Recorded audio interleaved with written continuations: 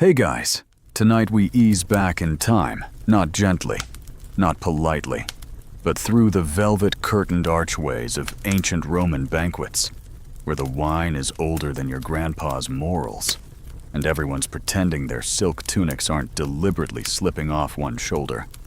You're reclining on a couch that smells faintly of spiced oil, and something more. Primal. The air is thick with incense. Yes, but also tension, the kind that crackles just before a storm or an orgy. There's laughter from across the room, shrill and practiced, and you see a senator's wife feeding a fig to a flute player with her toes, and he is loving it. You blink. You're here now. You probably won't survive this. So, before you get comfortable, take a moment to like the video and subscribe, but only if you genuinely enjoy what I do here. Drop your location and local time in the comments. Let me know where you're hiding tonight. Now, dim the lights, maybe turn on a fan for that soft background hum, and let's ease into tonight's journey together.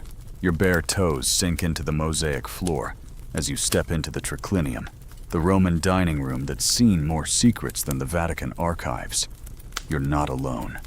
Around you recline the elite, the restless, the dangerously overdressed, and the even more dangerous underdressed. The couches are shaped in a U3 sides of theater, where everyone watches, and everyone is watched. You're placed at the lowest rank closest to the wine, farthest from the emperor, but close enough to a courtesan who smells like cinnamon and has a tattoo just barely peeking above her neckline. It's a fig leaf, or maybe just a fig. Either way. She winks. There's a rhythm to this night. Not just the drum beats and pipes echoing from the musicians hidden behind gauzy curtains. No, it's the rhythm of glances, of deliberate gestures, a man refilling another's cup while tracing a fingertip too far along the rim. A woman accidentally dropping a grape, her dress slipping as she leans to retrieve it. Everyone here is playing a part, and the play is erotic, absurd, and possibly politically fatal. Because this isn't just dinner, it's theater, it's seduction, it's social chess played with fingers and fruit and verses of poetry that are all double entendre. You're here to eat. Yes, but you're also here to be eaten up by gazes, by reputation, by myth. The man beside you quotes Ovid between mouthfuls of honeyed dormice, then slips a date into your hand with a whisper that makes your ears burn. You laugh, but not too loud. Power balances hang on every giggle. The host tonight, let's call him Marcus, is a man of taste. That's the polite way of saying he owns people, paints his ceilings with erotic murals, and treats politics like foreplay. Marcus has arranged for a small surprise. Well, small. In theory. In practice, it's a troupe of dancers dressed as Venus and Mars, performing what can only be described as interpretive lovemaking with props. You sip your wine strong, spiced, and probably cut with something mildly hallucinogenic, and try not to stare at the dancer balancing a lyre between his thighs.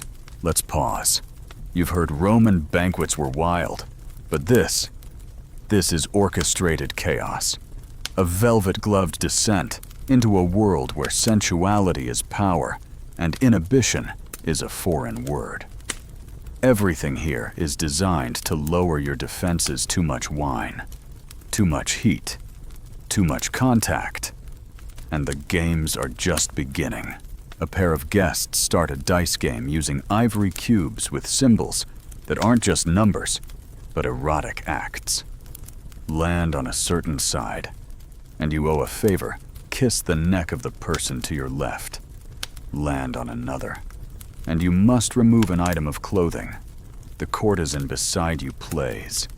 Of course, she rolls, grins, and suddenly her anklet is in your lap. She doesn't ask for it back. Historians still argue whether these games were casual entertainment or deeply ritualistic. Some believe they were tied to fertility rites or religious devotion. Others argue it was just upper-class boredom mixed with libido and way too much Falernian wine. What's certain is that these banquets blurred the line between appetite and eroticism, between food and flesh.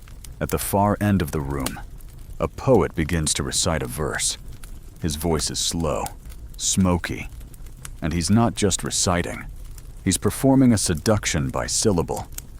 You don't understand every word, your Latin is rusty, but the way the others lean in, the way their eyes gleam, you know he's not talking about harvesting figs in the agricultural sense.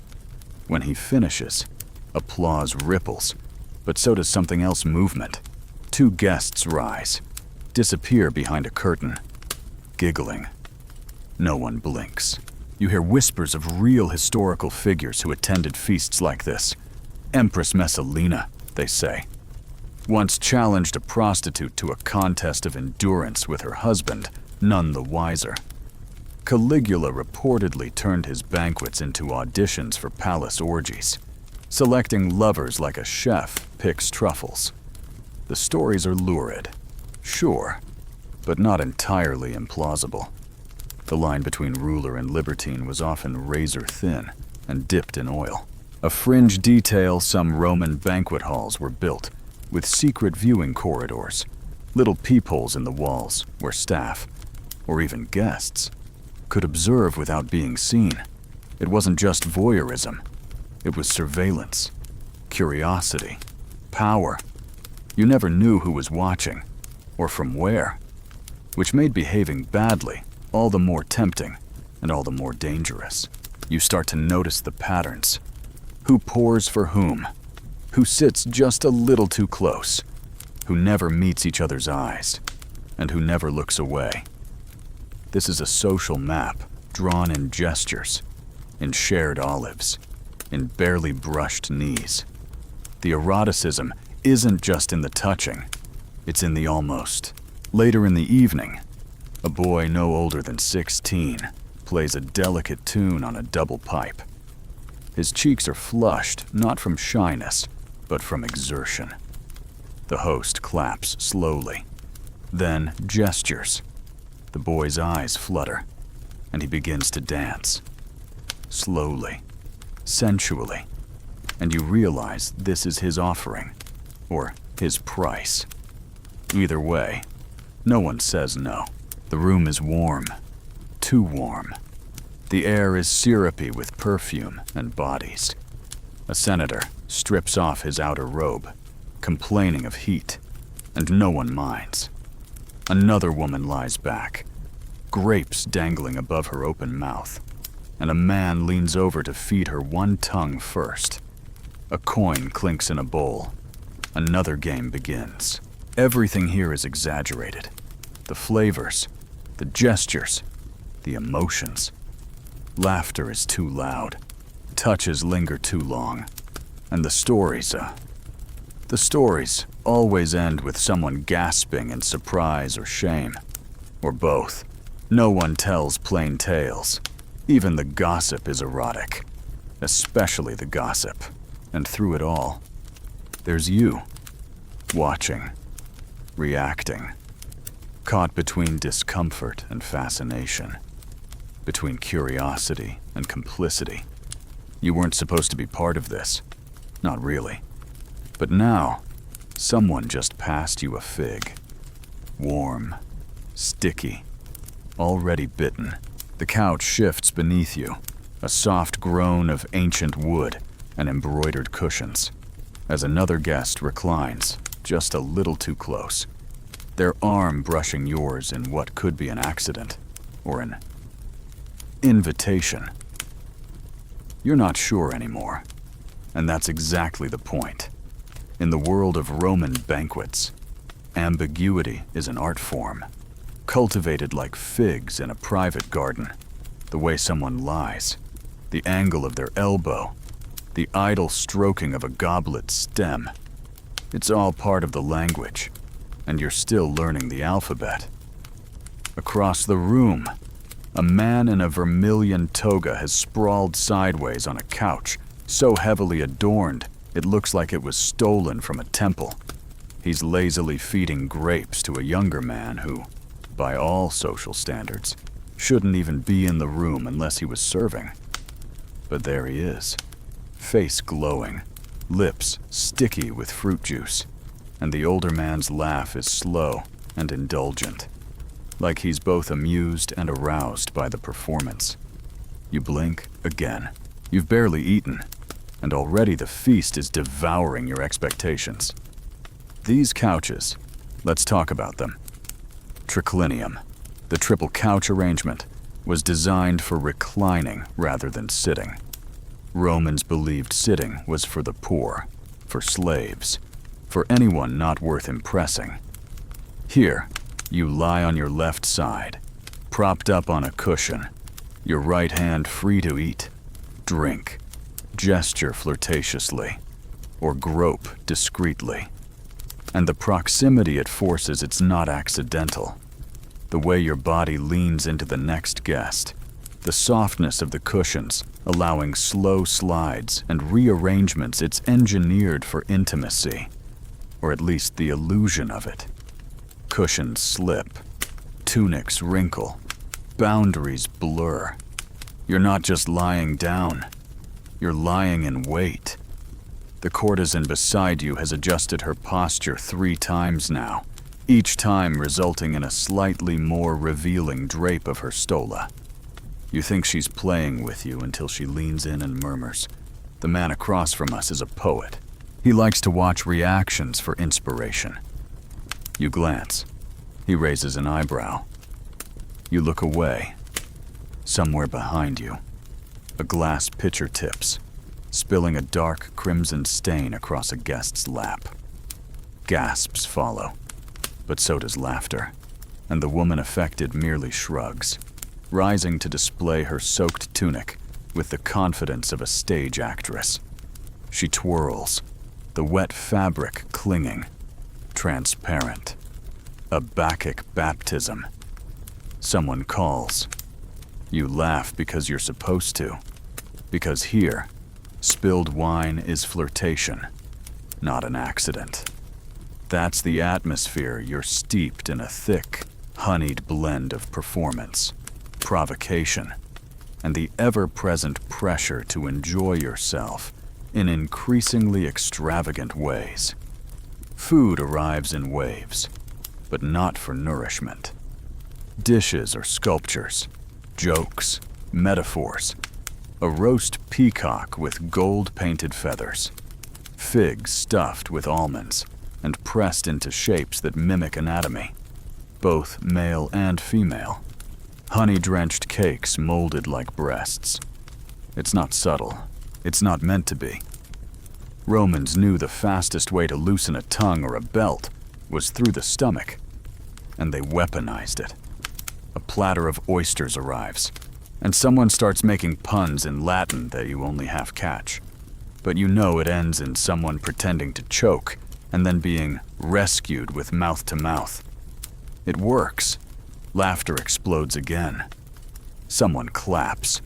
The room smells of spice and heat and body oil. Your senses are overloaded.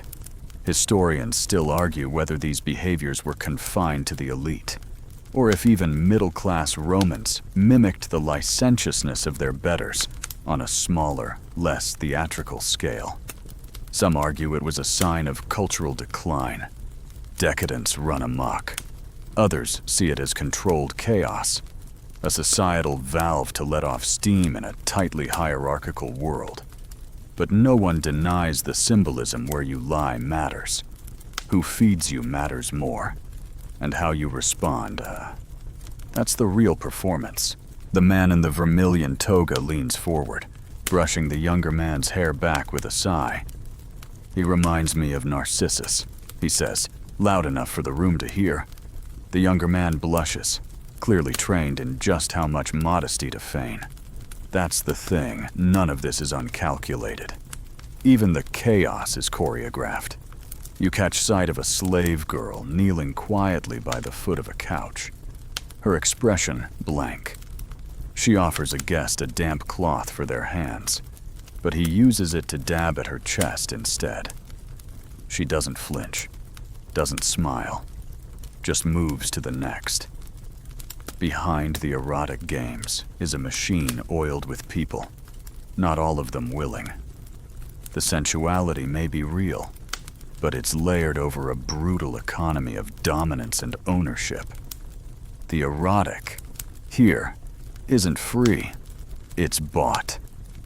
The courtesan beside you sips from her cup and says, almost too casually, "Some of us are paid to perform, others perform to get paid." Her gaze doesn't meet yours. It's not a confession, it's a warning, and it lingers. You notice, suddenly, how many of the guests have rings heavy with insignia? How many have slaves standing just behind them, silent and still, watching. Not watching with curiosity, but with duty. That makes it worse, because the guests aren't just here to be titillated. They're here to be seen titillating. It's political theater with nudity. The performances, the couch positions, the jokes, these are currency. A senator may grope a poet, not because he desires him, but because he wants to be associated with literary sensuality.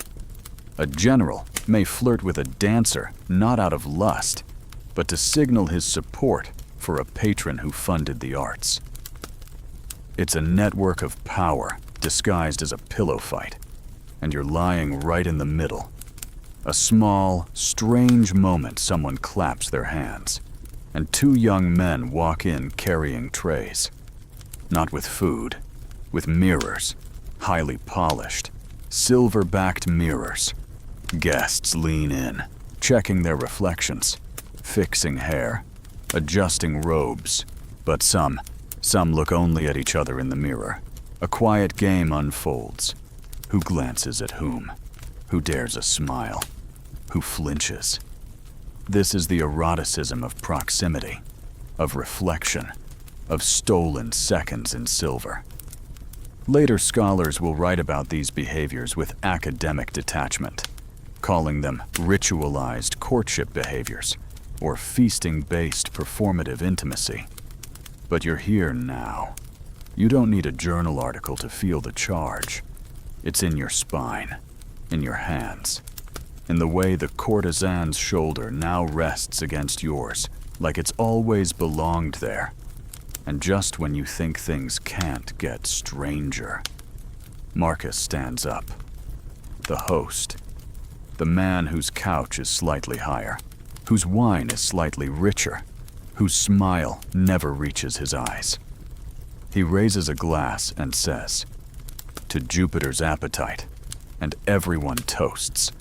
Then he claps, and the musicians strike a different chord faster, sharper. A new act is beginning. Someone slips a folded cloth into your hand. You open it, a symbol you don't recognize, drawn in wine. And the courtesan is smiling again. It seems you're part of the entertainment now. You stare at the cloth, the wine-stained symbol bleeding gently into the fabric like a secret that's been whispered too many times. It's circular, with what appears to be a fig leaf, an arrow, and something that suspiciously resembles a tongue. You don't know if it's a command, a joke, or an invitation. But the courtesan beside you watches your reaction like a scholar studying ancient graffiti, waiting to see if you'll laugh, blush, or flee. Instead, you fold the cloth neatly, tuck it under your goblet, and pretend this sort of thing happens to you all the time. It doesn't. But pretending is the currency here. And tonight, the wine rules you. The goblet is never empty. That's not generosity, it's strategy. Roman wine is strong, undiluted, laced with herbs and spices and, occasionally, more interesting additives. They cut it with seawater, with honey, with crushed roses, with cinnamon oil. Drinking it straight is a flex. Drinking it slowly, suspicious. Marcus's steward hovers like a vulture in a silk robe, ready to top you up the moment your cup dips below scandalous. You try to pace yourself, but already the room is warmer, the floor more mosaic than marble, the sound slightly slurred around the edges. Across the couches, games are picking up speed. One corner erupts in laughter as a man is challenged to perform a verse of Catullus while balancing a peeled pomegranate on his chest. Another guest is dared to seduce the marble bust of Minerva in the corner, and he does it so convincingly, she might blush. The wine's working. It's not just lubricant for the evening, it's the engine. It disarms the cautious, emboldens the bold, and exposes the fault lines between pleasure and power. Historians still argue whether Roman banquets deliberately used intoxication as a way to erode consent and manipulate status dynamics. Some insist it was just tradition, a hangover from Dionysian rites. Others point to the carefully scripted structure of the evening, suggesting that nothing here is accidental. The truth, of course, lies in that slippery middle. The Romans didn't just drink to forget, they drank to reveal. Your own cup is perfumed with myrrh and wormwood. It tastes like burnt oranges and ambition. You sip, and suddenly the lights seem lower, the laughter louder, the courtesan's hand somehow resting on your thigh, with all the nonchalance of someone checking for table crumbs. You should move. You don't. A new game begins, wine forfeits. It's simple. The host announces a theme, say, betrayal or desire or shame, and each guest must toast with a confession. Then drink. The more scandalous, the deeper the gulp. One woman toasts to sleeping with her husband's political rival just to hear state secrets during pillow talk. A man admits to faking a divine vision during a temple ceremony because the priest was too handsome to ignore. A thin, nervous poet at the edge of the room raises his cup and murmurs something about being in love with a statue. They cheer him anyway. You realize this isn't just entertainment. It's a test, a social crucible where honesty is erotic, shame is currency, and no one cares about your reputation as long as it's interesting. You're not sure what to say, so you toast to getting lost on the way to the feast and accidentally walking into a stranger's bath. It's half true. They love it. The courtesan laughs and whispers, "You're learning." Another round.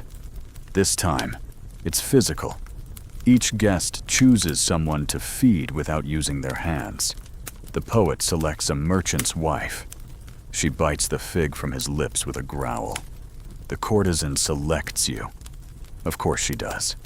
She balances a grape between her teeth, leans in, and waits. You hesitate, but not long. Your mouths meet with a sweetness that's more theater than taste. The grape is crushed somewhere between your lips and hers. She doesn't pull away. Neither do you. Somewhere near the fountain, a lyre player begins a slow, aching song. The air shifts. The wine takes deeper root. The room is tilting, not physically, but morally, sliding from flirtation to decadence. The games are more sensual now, less about laughter and more about watching. A senator kneels before a foreign envoy, kissing their sandal with mock reverence and deliberate slowness. Someone starts blindfolding participants for guess who touched you challenges. One woman guesses wrong and ends up in a very compromising position with a man she once sued in court. They're laughing about it now. Power dynamics blur. Humiliation is eroticized. Control handed over and snatched back in choreographed chaos. Behind you, a man spills his wine onto a guest's lap and insists on licking it off. The guest shrugs and leans back, as if to say, "Why not?" No one objects. This is the power of the drink. Roman wine was notorious, not just for its strength, but for its intention. The additives weren't just for flavor. Some were thought to inspire lust, others to loosen tongues or minds, wormwood to arouse, mandrake to disorient, myrrh to preserve mystery. You begin to wonder what's in your cup. You don't ask. That's the rule. A quirky tidbit: wealthy Romans sometimes stored wine in amphorae, labeled not by vineyard or year, but by the emotional effect. For melancholy nights, for bold confessions, for feasts of lust. Imagine browsing that aisle at your local wine shop. It's funny until you realize tonight, someone picked your bottle on purpose. The courtesan nudges your elbow and says, "The third cup is the one that speaks. You're on your fourth." You laugh. Not because it's funny, but because it's safer than silence. A philosopher across the room slams his goblet down and declares that love is just a form of socially acceptable madness, like politics, he adds, before kissing the slave who'd just refilled his cup. No one disagrees. That's the wine again melting logic, rewriting rules. Here, love is not linear, not exclusive. It's a game of chance, of glance, of lips brushing hands as they pass. Someone starts quoting Sappho, half translated, and a chorus joins in. They chant the lines like a hymn, but there's no reverence, only heat. Your own body is warm now, not from embarrassment, but from being seen, noticed, desired, maybe, or at least included in the joke. That's the best you can hope for. The cloth with the symbol reappears. The courtesan lifts it, places it over your goblet like a seal, and whispers, "You've been chosen." You look around. No one reacts. Everyone is playing their own game, tangled in their own rituals. She leans closer. Tonight, the wine rules you. Let it. You take another sip. You're not sure you have a choice. You barely set your goblet down before the lights dim further, not by magic, but by design. Slaves adjust the bronze sconces and oil lamps to cast longer shadows, as if the entire banquet has been dunked into warm honey and mystery. Candles flicker. Conversations drop to whispers. And then a woman enters the room wearing nothing but a golden mask and a belt of dice. She doesn't speak. She doesn't have to. The room hushes like a wave drawn back into the sea. Every eye follows her as she glides between the couches, trailing a scent that's equal parts myrrh and anticipation. In her hands, a tray lined with ivory dice, each etched not with numbers, but with tiny, graphic symbols. A couple kissing, a man kneeling, a fig being peeled open. One die shows a hand holding a feather, another a jar of oil. She sets the tray down and, with the calm detachment of a priestess, holds out a cup. Marcus, the host, smiles like a wolf and drops in the first die. It clinks loudly, obnoxiously. He gestures to the man beside him, a thin-lipped guest with sunken eyes and the air of someone who's used to watching more than participating.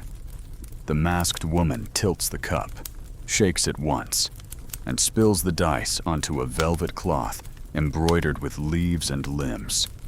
The symbols show a kiss, an ankle, and the oil jar. The room exhales. Everyone leans in. The man shrugs, lifts his goblet, and turns to the woman nearest him. She doesn't flinch. He leans down, brushes her ankle with oil from a dish someone is already passing, and then presses a slow kiss to her skin. Her sigh is theatrical, but not fake. The game has begun, and it's your turn next. The courtesan grins. You get one roll, one move, one story. She places a die in your palm. It's smooth, cool, and you swear it's humming. The room watches. You roll. It lands on a symbol that resembles two figures entwined under a fig tree, and another showing a mask being lifted. The courtesan lifts an eyebrow. Ah, she says, unveiling and closeness. She leans forward, fingers reaching toward your face, not to kiss you, but to trace the air, just above your skin. Who are you hiding under all this pretending, she whispers. It's not flirtation, it's a challenge, a dare, spoken with fingers instead of words. Around the room, more dice are rolled, more dares unfold. One woman is instructed to whisper a secret into a stranger's ear, and then kiss them if they flinch. She picks a philosopher who smirks, expecting nothing but her secret. Whatever she says turns his face redder than the wine. He doesn't flinch. He kisses her back, and then they both laugh like they've shared a private rebellion. Someone else rolls lick honey from a rival's hand. Another gets trace a poem across someone's back.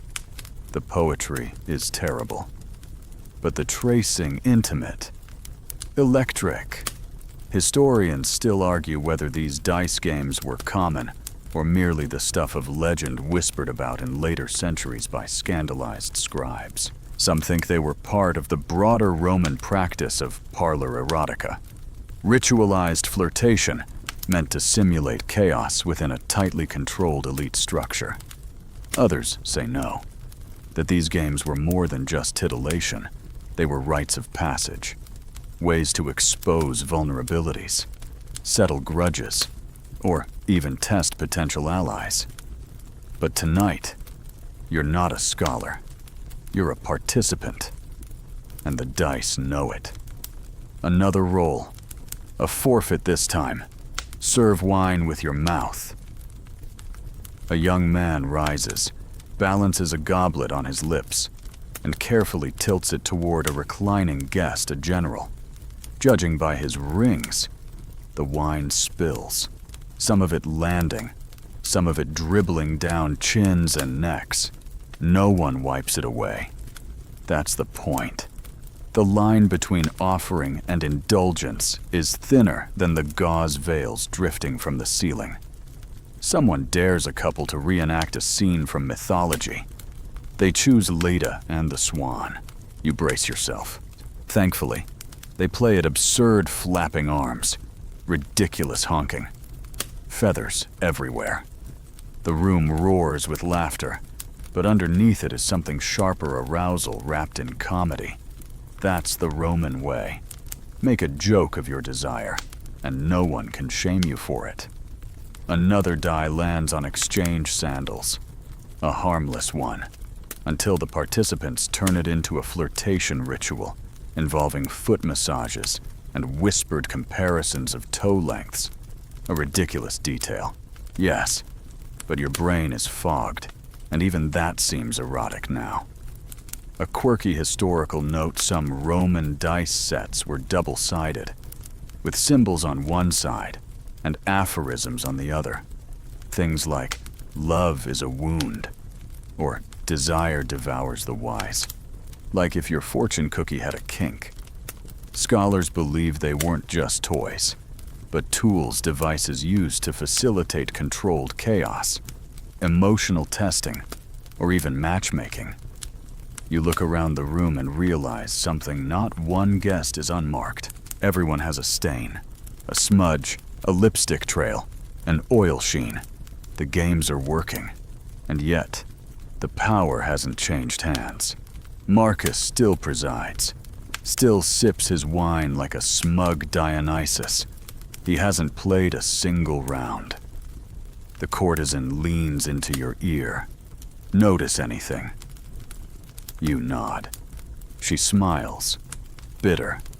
He doesn't roll because he doesn't risk. That's not play. That's control. And suddenly the games feel different. Not innocent, not fair. They're layered. There's a script, but only some people have read it. A woman across the room rolls a die and lands on confess a desire. She hesitates, then points at a slave boy holding a tray of pomegranates. Him, she says. I want him to feed me. The boy blinks. He's trained for silence, for stillness. But Marcus nods once, and that's enough. The boy approaches, trembling, and she opens her mouth like a queen. He feeds her slowly, pomegranate seed by seed, his hand shaking just enough to betray the weight of it. Her moan is exaggerated. The boy's eyes stay on the floor, and no one says a word, because this is Rome, and even pleasure carries a price. The dice make their way back to you. The courtesan rolls for you this time. Let's see what fate wants, she says. It lands on 2 figures dancing, and a tongue. She grins. Speak your truth. Then, move. You don't know what your truth is, but your body is already shifting. You rise not dramatically, just enough to be noticed. You cross the mosaic floor, warm underfoot. Every step feels like a confession. The poet watches. The host raises his goblet. Someone whispers your name, and you realize you never told them. You kneel by the fountain and touch the water. It's cold, sharp, real. And then you begin to dance not with steps, but with breath, with glances, with fingers tracing the edge of the basin. The courtesan joins you, mirroring your movements.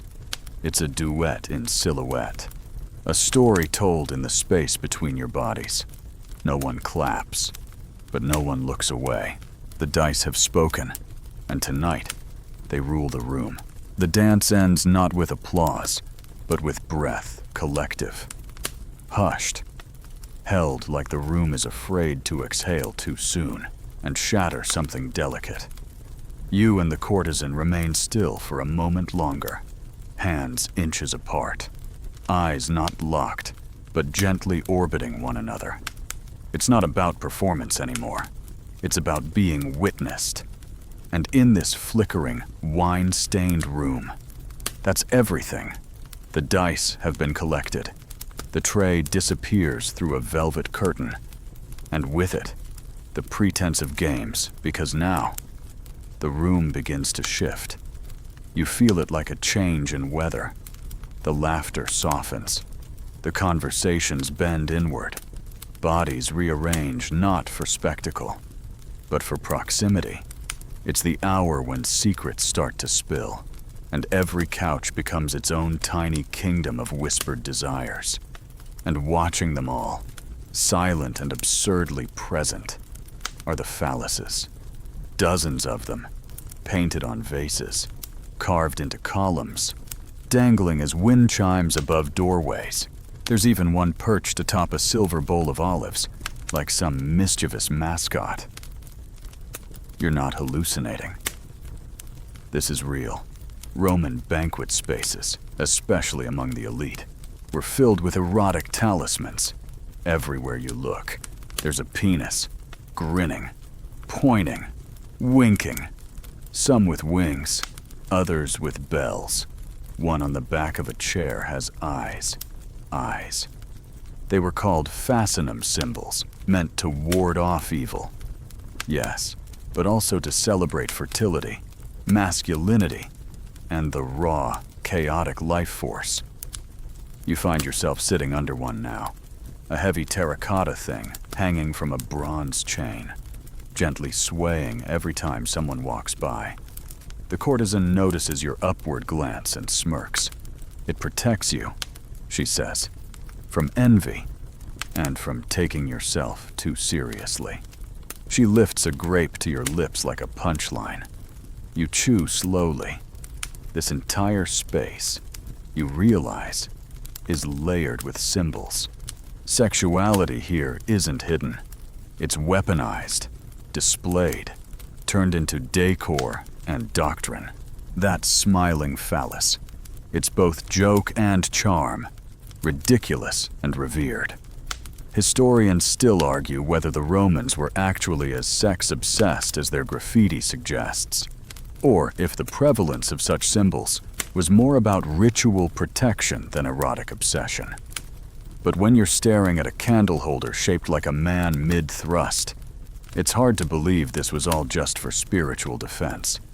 There's a kind of spiritual audacity in the way the Romans fused the sacred and the profane. Here, lust isn't sin, it's symmetry. Art, argument. The poet returns, draped now in a green stole that probably wasn't his earlier. He begins a soft recital not on a stage, just from his couch, like a bedtime story told to a lover.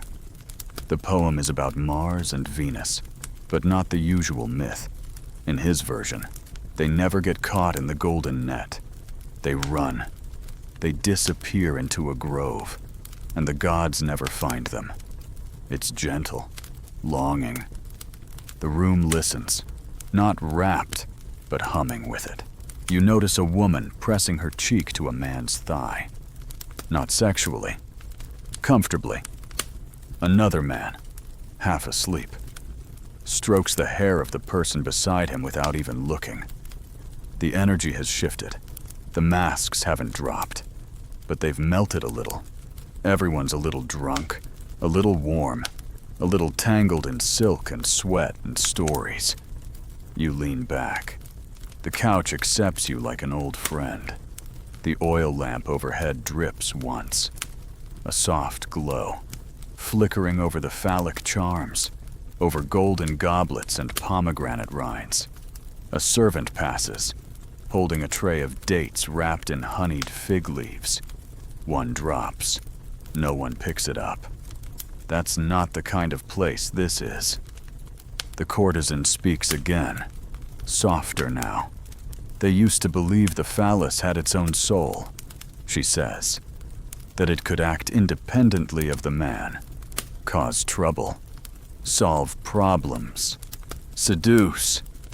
She laughs, but there's something weary behind it. Imagine blaming your mistakes on your own anatomy. You both watch as two guests play a silent game, passing an olive between them, mouth to mouth, never letting it fall. It's oddly tender. You almost forget where you are. Then, a sudden crash. A goblet shatters near the main couch. Marcus stands. He's smiling, but his eyes are sharp now, slicing through the room like a blade. An offering to Bacchus, he declares. A reminder that pleasure is fragile. He gestures, and immediately, two slaves begin sweeping up the shards. You notice the way one flinches at the movement. Too fast, too rehearsed. The room stills. For a moment, the spell thins. And behind the sensual luxury, you see the machinery, the wealth, the power, the control. The eroticism doesn't erase the imbalance. It masks it, perfumes it, makes it palatable. But it's there, always. A fringe detail not many people know in certain villas. Archaeologists have found secret compartments, little holes in walls, designed not for air or light, but for watching. Observation tunnels, peepholes hidden in mosaic eyes or decorative vines. Watching was part of the ritual, not participating, not even being present, just seeing and knowing you're being seen. You wonder if someone's watching now. The poet stops mid-line. The courtesan is suddenly quiet. Even the phallus charm above you swings less freely. Then someone laughs. Just one guest. It breaks the tension like a cymbal crash. Another joins. Then the room breathes again. Laughter ripples. Glass refills. Music resumes, though it's slower now, like the musicians are unsure whether the script has changed. You pick up a goblet not yours, but left behind, half full and warm from the cushion. You sip. The taste is different this time, thicker, smokier. It coats your tongue like a secret. Mandrake, says the courtesan. Only a little. For dreams. You nod. Of course it is. The room leans slightly, like a ship turning toward a deeper current. The games are over. What comes next is quieter. Stranger. The dancers return not from before, but new ones. They wear veils so sheer they might as well be fog, and their bodies move not with choreography, but with suggestion, like their limbs are made of music itself. One leans near you, presses a cool palm to your chest. Not sexually, just enough to feel your heartbeat. Then vanishes into the room again. You realize there's no longer any single center of gravity here. No one is leading. Even Marcus sits now with his hand on his jaw, thoughtful. The courtesan lies beside you, her head tilted toward the ceiling, eyes closed. Do you feel it? She murmurs. The shift you do. This is no longer a banquet. It's something liminal, a space between pleasure and memory, between laughter and longing. The phallic icons above you aren't smirking anymore. They're watching, waiting. And as you close your eyes for a moment, letting the wine and the warmth and the honeyed figs settle in your belly, you feel the room exhale one long, slow breath and take you with it. You're floating now, not in the literal sense, but in the way a mind floats, when it's just tipsy enough to stop second-guessing itself, when the body begins to blur at the edges and become something porous, receptive. The couches feel softer. The air smells heavier, like cinnamon steeped in rose water.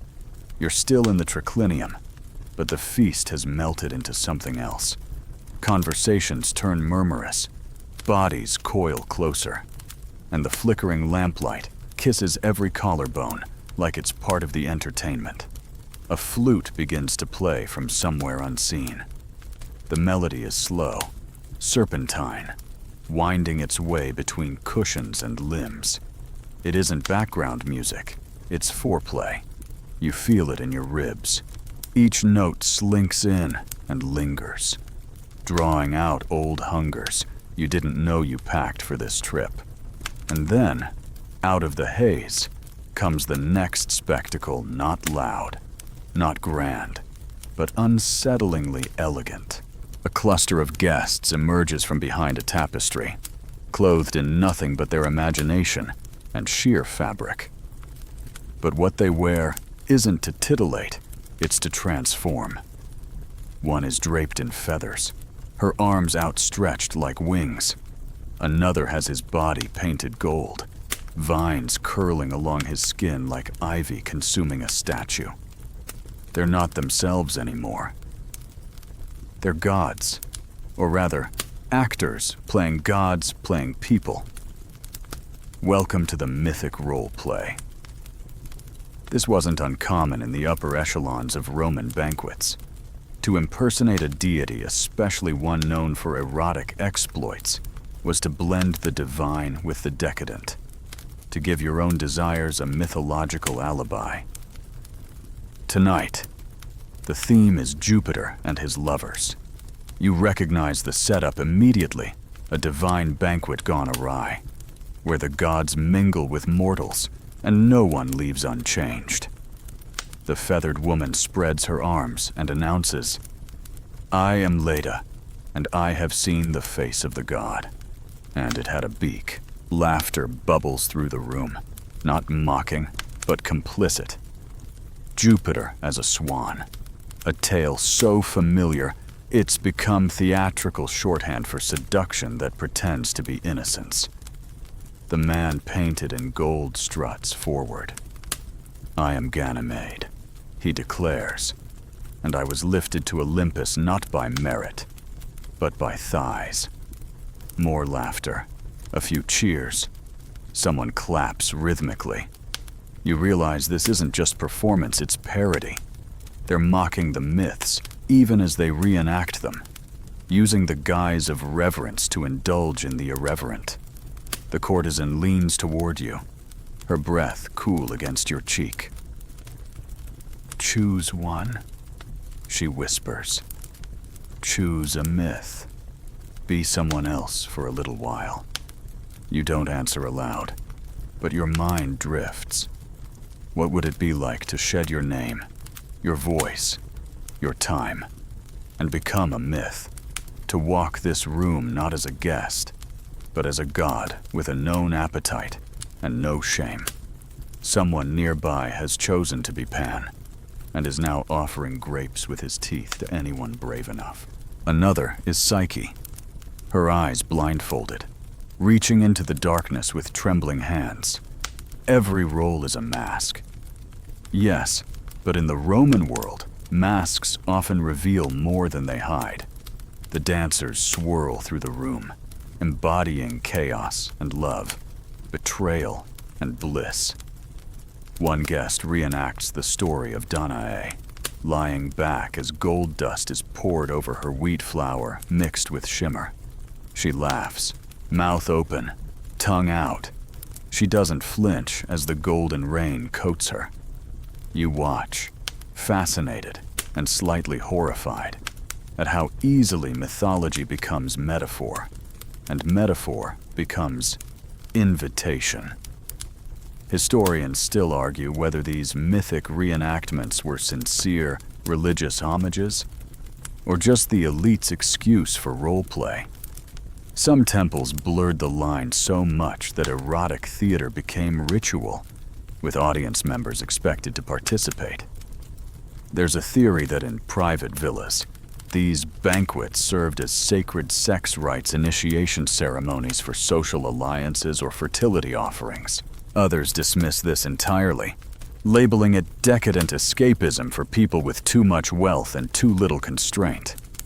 But here, in the flickering heat of the banquet, surrounded by oil-slicked gods and moaning mortals, the distinction doesn't matter. This isn't about belief, it's about permission. You feel it ripple through the room the way everyone becomes freer under the mask. A woman in a lion pelt pounces onto a man playing Hercules. He catches her, stumbles, and they roll onto a rug, laughing, wrestling, pretending to battle as he defeats her with kisses to her shoulder. Another couple reenacts the story of Venus and Mars, except here, they're both Venus, and the trap that catches them is a web of silk scarves and breathless poetry. Even the poet gets involved, standing to recite an original composition about a satyr who fell in love with his own reflection and was rescued by a passing priestess with a mirror fetish. It's ridiculous, it's perfect, and through it all, the room becomes a stage, a temple, a fever dream of mythology and moaning. The courtesan touches your wrist. "You're too still," she says. "What's your myth?" You consider. Maybe your echo, doomed to repeat everyone else's words, never speaking your own desire. Or maybe you're Narcissus, staring into the pool of wine, seeing a stranger who's finally starting to smile. She doesn't wait for your answer. She lifts a strand of pearls from her neck, places it in your hand. "Then pretend," she says. "Pretend for both of us." A fringe detail not often mentioned: Roman actors performing divine roles were sometimes believed to become the gods, even temporarily. There are records of senators taking oaths before someone dressed as Jupiter, trembling not from farce, but from fear.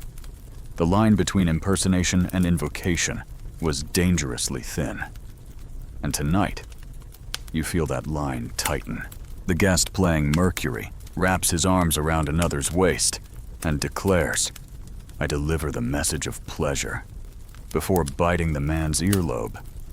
No one laughs this time. It's too good. The room pulses now with something ancient, not just lust, but transformation.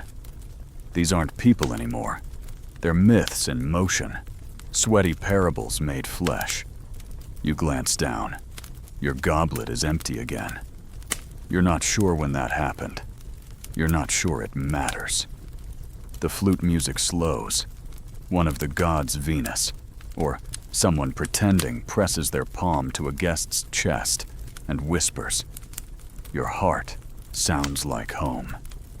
The guest weeps, not loudly, just enough to tremble. The role play dissolves, but no one drops character. Not fully. It's too late. The masks are worn now, not on the face, but under the skin. You lie back. The courtesan rests beside you. The lights flicker as another story ends, and someone else's begins. And somewhere in the room, a new god is born drunk on wine. Myth, and the soft applause of memory. You're not sure how long you've been lying here, in the half-light of someone else's fantasy, with myth still clinging to your skin, like the last notes of a forgotten song. The air smells like spiced dates, sweat, and crushed flower petals, now sweet, heavy, almost suffocating. Around you, the figures who were gods only moments ago begin to peel back their layers, becoming again who they were before the masks: senators, poets, slaves, merchants, all tangled in a silk-slick mosaic of fading grandeur. But something's changed. The room isn't quiet, but it's slowed. The games, the jokes, the loud declarations have melted into touch, into the warmth of limbs pressed together on overstuffed couches, into whispers traded beneath strands of pearls or behind the curtain of a lover's hair. And then, like some whispered invocation, another transformation begins, not of roles or masks this time, but of bodies. Painted skin glistens. Fingers explore without hesitation. And on a table near the center of the room, a man and a woman begin to trace symbols on each other's backs with blackened oil. It looks like writing, though you can't read it from here. You realize you're watching something older than performance. You're watching bodies become parchment. This is where the body art begins. Not the kind done with sharp needles or hammered pigment, but the fleeting, fragrant kind, the kind meant to fade by dawn. Henna, charcoal, oil mixed with crushed herbs. One couple nearby paints constellations across each other's thighs. Another scrawls verses from Ovid, line by line, directly onto a spine, each syllable followed by a kiss to seal it in. It's not just decoration, it's declaration.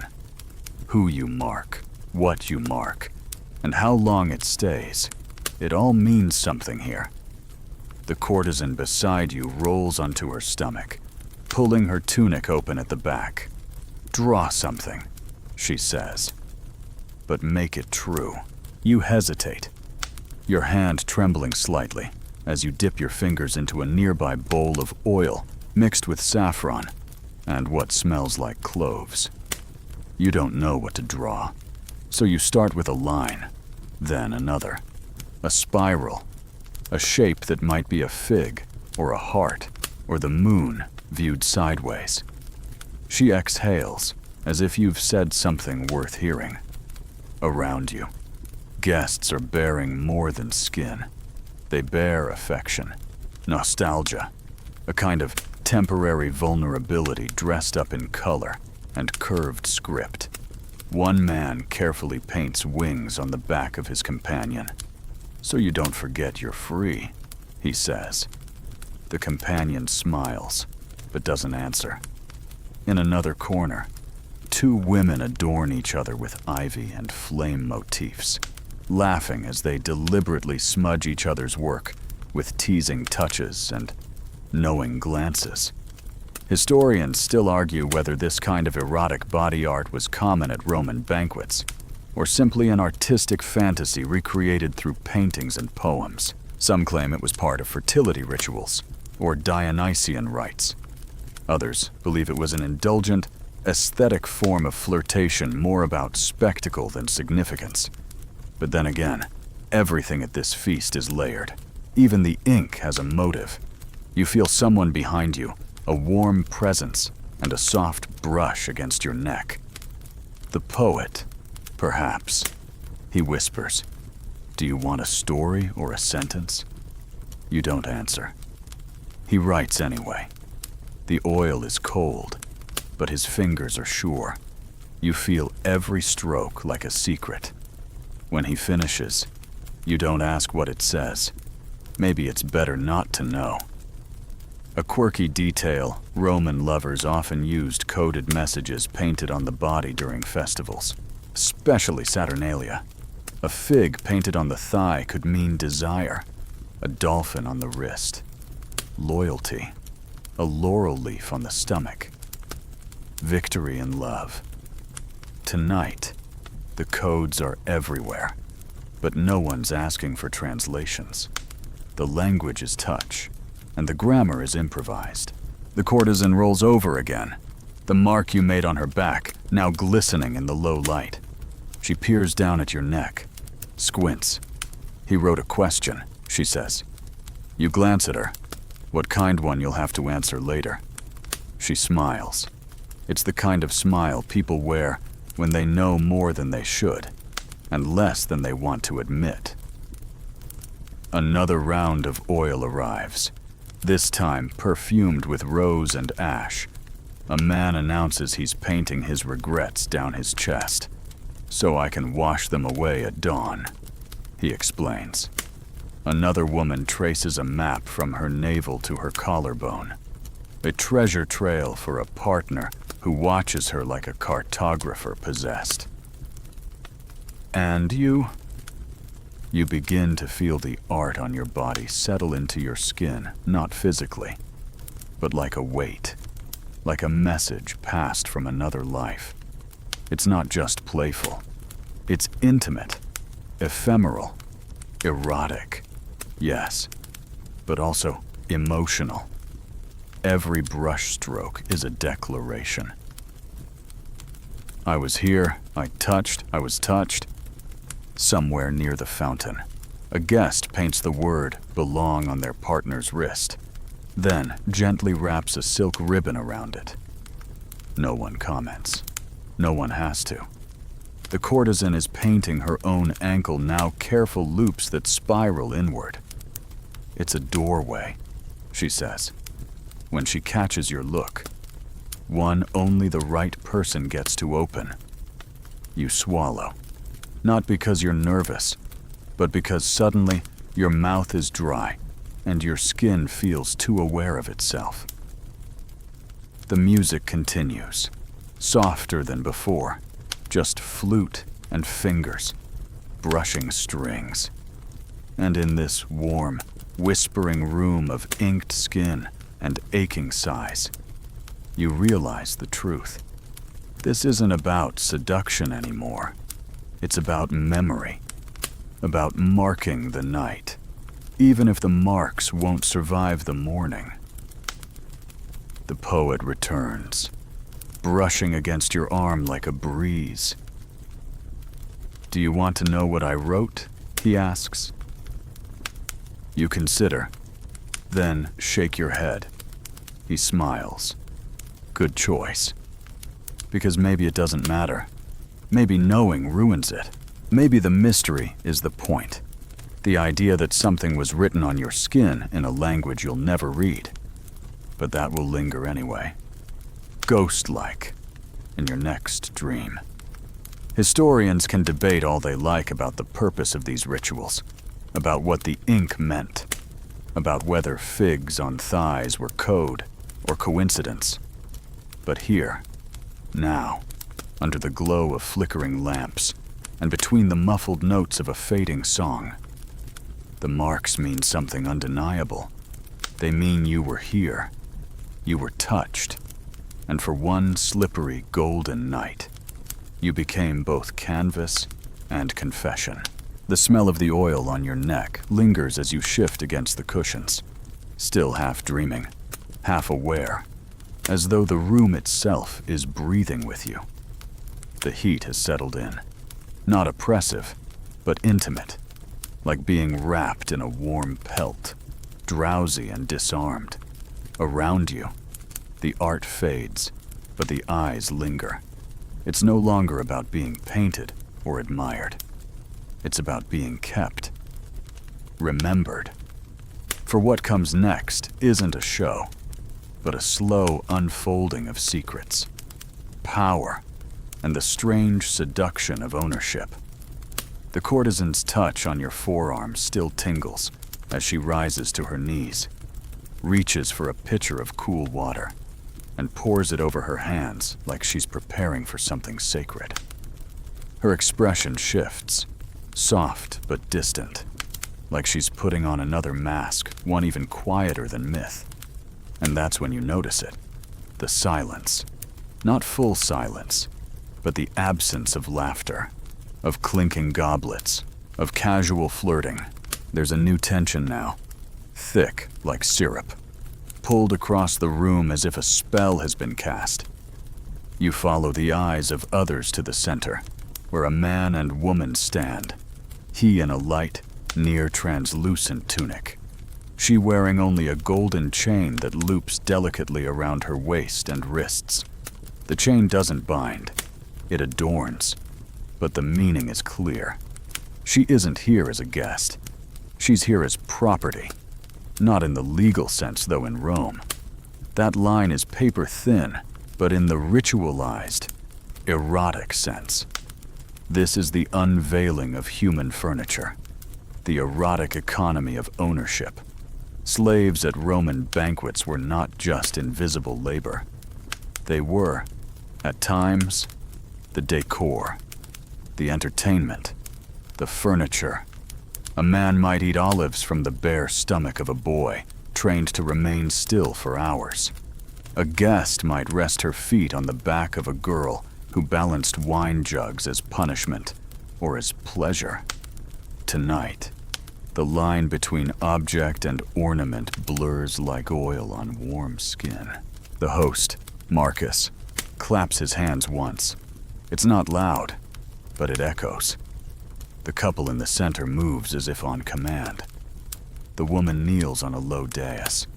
The man begins to place cushions beneath her arms, adjusting her posture with slow, rehearsed care, until her body forms a table, elbows locked, back flat, head bowed.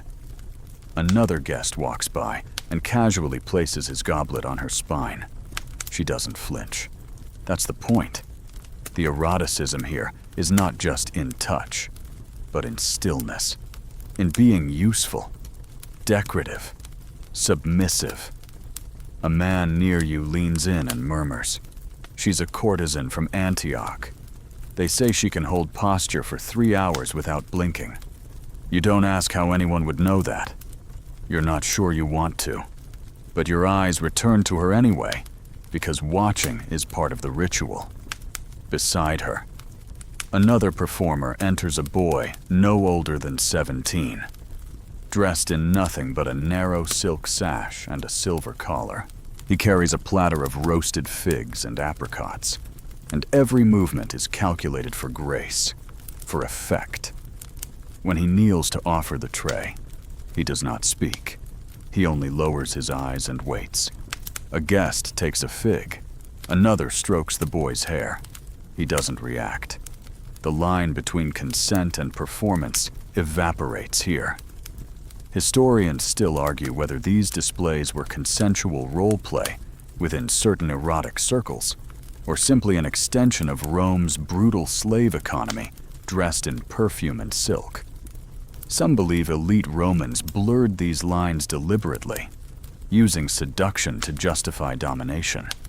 Others suggest some participants found genuine agency and submission through influence, wealth, or favor earned by satisfying the whims of the powerful. But you don't need footnotes to feel the tension. You can see it in the guests who shift uncomfortably, unsure if they're titillated or disgusted, and in those who stare too long, too hungrily. The courtesan sits beside you again, her gaze on the boy with the silver collar. He was trained in Alexandria, she says. They teach posture like poetry there. Her tone is neutral, but you catch a flicker in her eyes, a memory, maybe a warning. Then, with a slow inhale, she leans back and rests her head on your lap. Her hair spills over your thighs like ink. "You can stroke my hair," she says, "but only like you mean it." You do. Slowly, gently, not because you're performing, but because suddenly you want to. Across the room. A woman uses a slave as a writing desk. He lies face down, motionless, as she pens a letter on his back. She reads aloud as she writes. Some lover's verse about longing and power and salted lips. No one questions it. No one mocks it. It's art now. A fringe detail in some Roman households. Elite families named their most beautiful slaves after flowers, fruits, or gods, not just for poetic vanity, but as branding.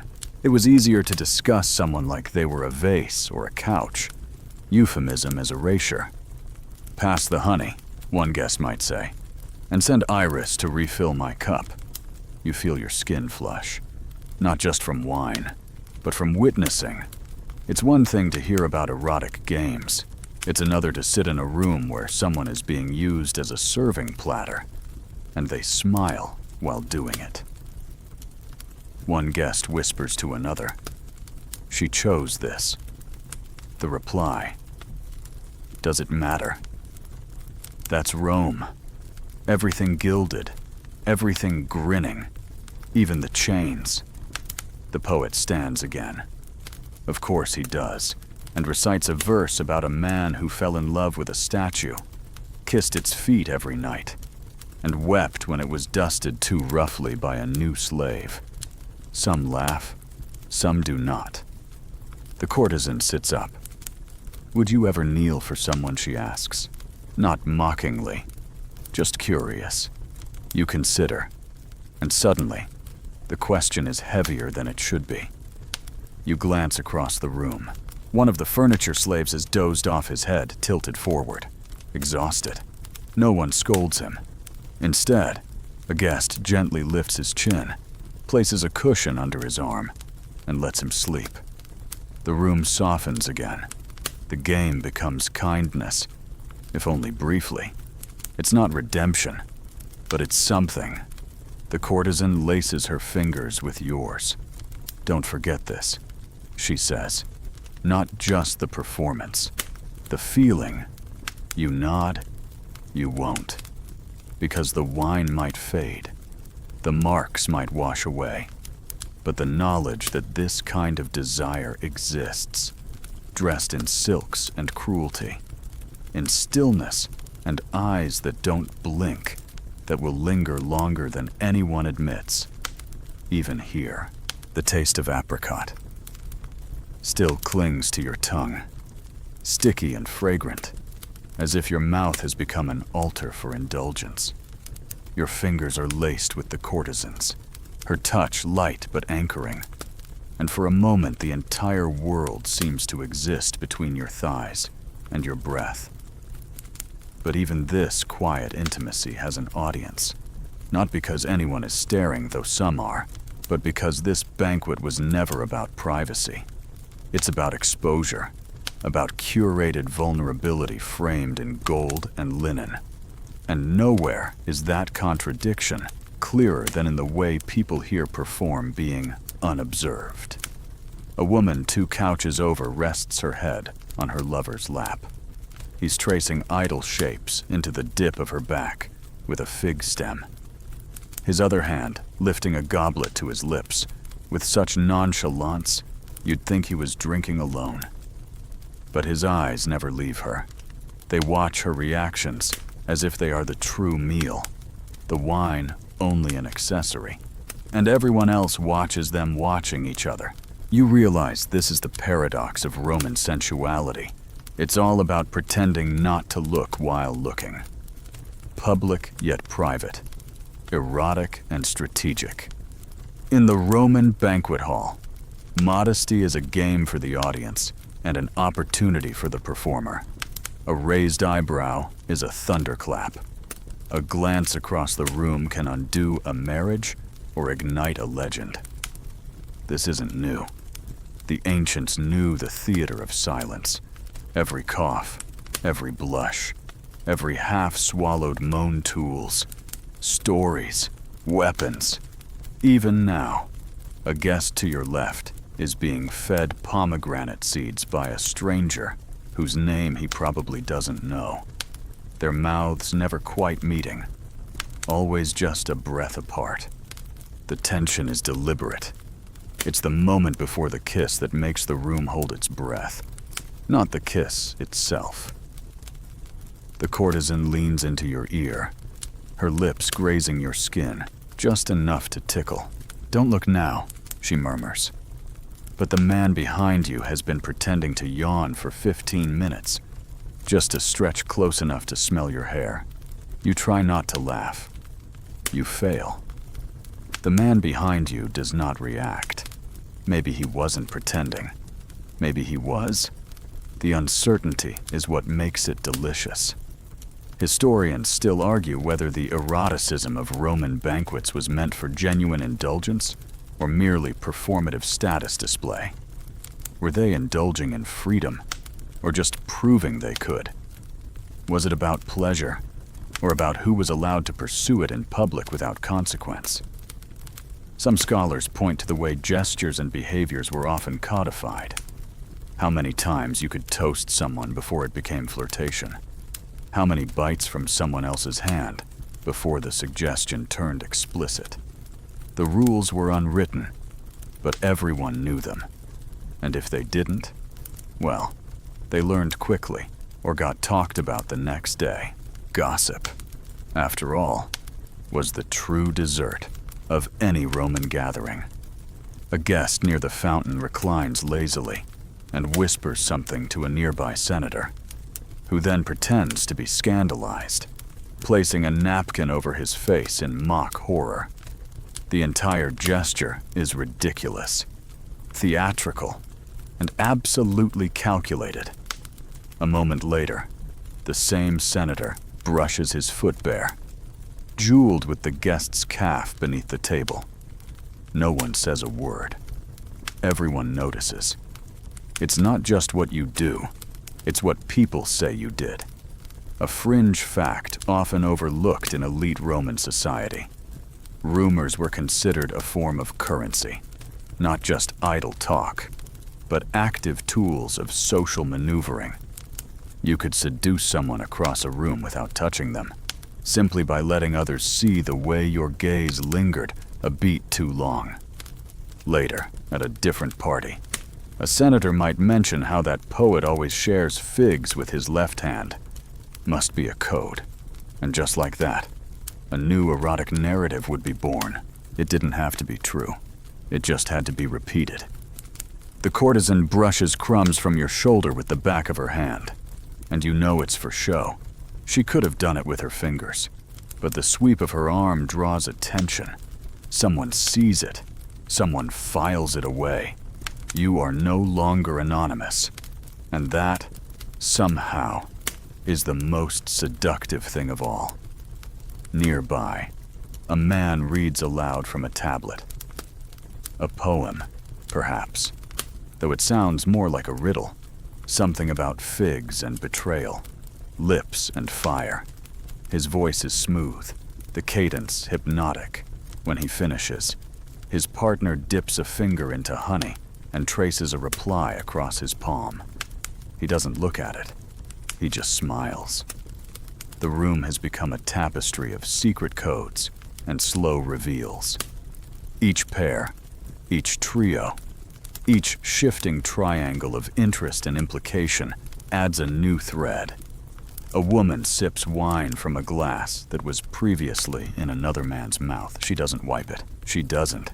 The gesture is bold, but her eyes are even bolder, directed straight at the man's wife. There's no outburst, just a soft clinking of bracelets and a new conversation beginning somewhere else. This isn't chaos. This is choreography. And like any good performance, the audience is part of it. Even you. You look across the room. A young man locks eyes with you. He lifts his glass. Not a toast. Not quite. More like a challenge. Or an invitation. You don't lift yours in return, but you don't look away. The courtesan notices. Careful, she says. That one collects glances.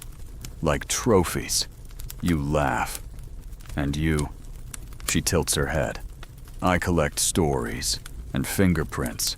Someone begins a toast. Not to a god or to the host, but to the art of watching.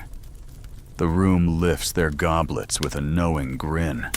You drink. The wine tastes darker now, richer. Or maybe you're just more awake to it. Either way, it burns less. The courtesan doesn't drink. She watches you, and you realize here, to watch is not passive. It is participation. The voyeur and the exhibitionist are two faces of the same Roman coin, flicked across the banquet floor with each smirk, each raised goblet, each accidental spill. You close your eyes for a moment, just to feel the room without seeing it.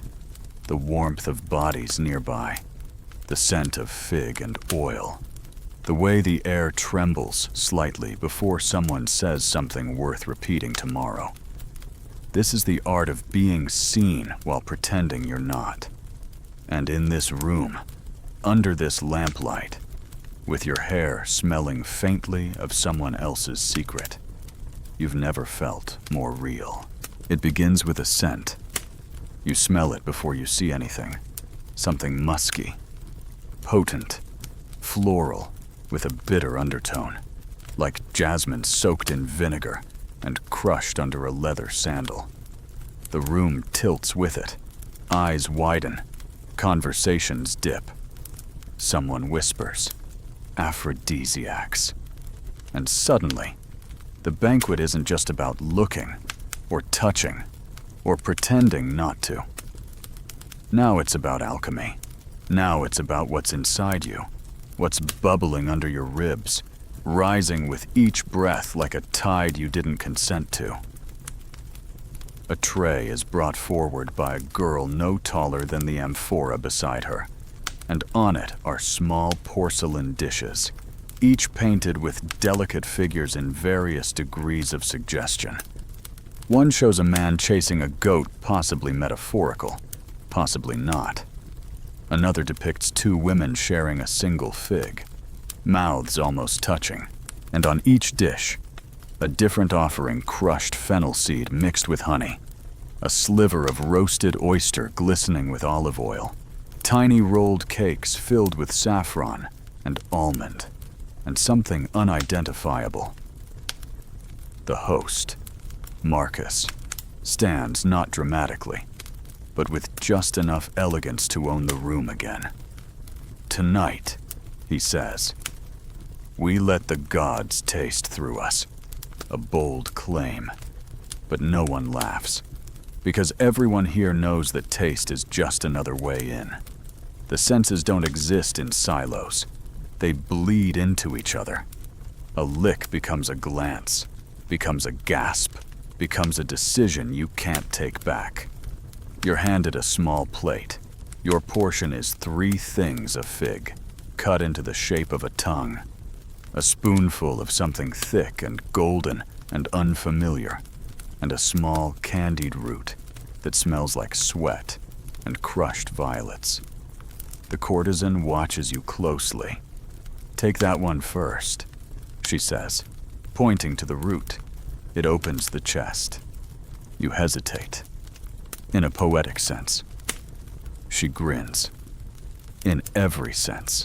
So you eat it. The taste is bitter, but not unpleasant.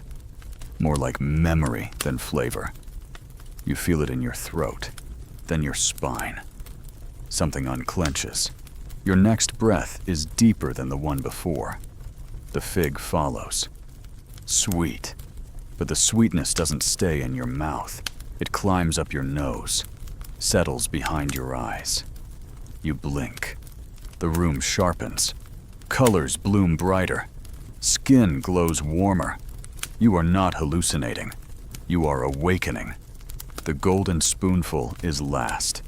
It tastes like fire. You choke slightly. The courtesan places a hand on your thigh. "Let it burn," she says. You do. And that's when the heat begins, not outside, but within. Your fingertips feel sensitive. Your lips tingle. Your thoughts stumble. Your heart begins to beat not like a drum, but like a door being knocked on from the inside. Aphrodisiacs in ancient Rome were not subtle. They weren't concerned with taste or texture. They were obsessed with effect. Some believed oysters restored male potency. Others swore by pine nuts soaked in wine, or peppercorns dissolved in vinegar. More daring recipes called for powdered snail shells, crocodile dung, or bat blood, thankfully absent from tonight's offerings. Historians still argue whether these ingredients actually worked, or if they functioned more as psychological triggers, unlocking desire by suggestion and ritual rather than chemical reaction. But what matters here, now, isn't science, it's surrender. A woman across the room begins to laugh, a full, throaty, unapologetic sound, and falls back onto her lover's chest as he feeds her what looks like a cluster of dates rolled in poppy seeds. Her fingers tremble slightly. He holds her wrist steady. Another couple massages each other's hands with a paste made of rosemary and mint, breathing in each other's exhales. The air is thick with it now, not just scent, but sensation. The courtesan doesn't eat anything. She watches. "Some of us don't need help," she says, almost to herself. And then, "To you, but you're dangerous when opened. You try to speak, but your tongue feels too large, too slow, not numb, just preoccupied.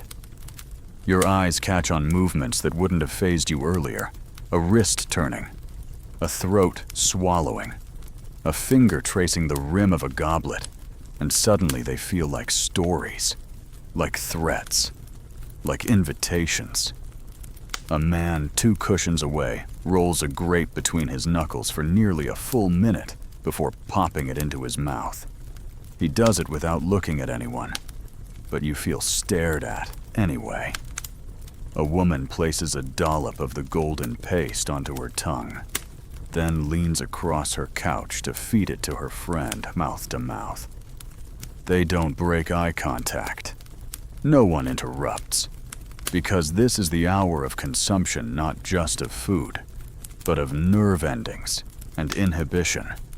A fringe fact not often discussed in certain Roman temples. The line between food and sex was deliberately blurred. Banquets to Venus sometimes ended with orgiastic rites where guests licked honey from each other's skin, fed each other aphrodisiac-laced fruits blindfolded, or wrote poetry on their lovers' backs using spiced wine.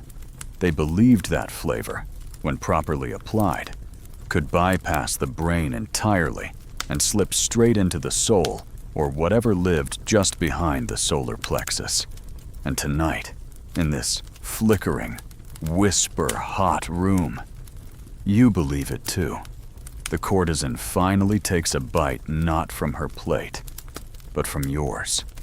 She sucks the tip of the fig you hadn't touched, eyes on yours the entire time. "You missed a spot," she murmurs, and places the bitten half between your lips. It's warm from her mouth, and you are not thinking clearly anymore. Nor should you. This is not the hour for thought. This is the hour for sensation, for impulse, for that primal whisper that says, take that, taste, touch.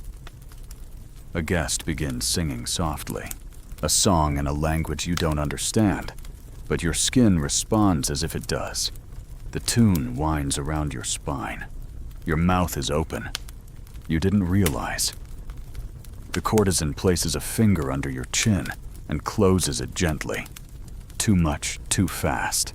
She says, let it settle. She's right. Your heart is racing like a chariot across gravel. You try to slow it. You fail, because in every corner now, something is happening. A kiss extended too long. A moan muffled in someone's sleeve.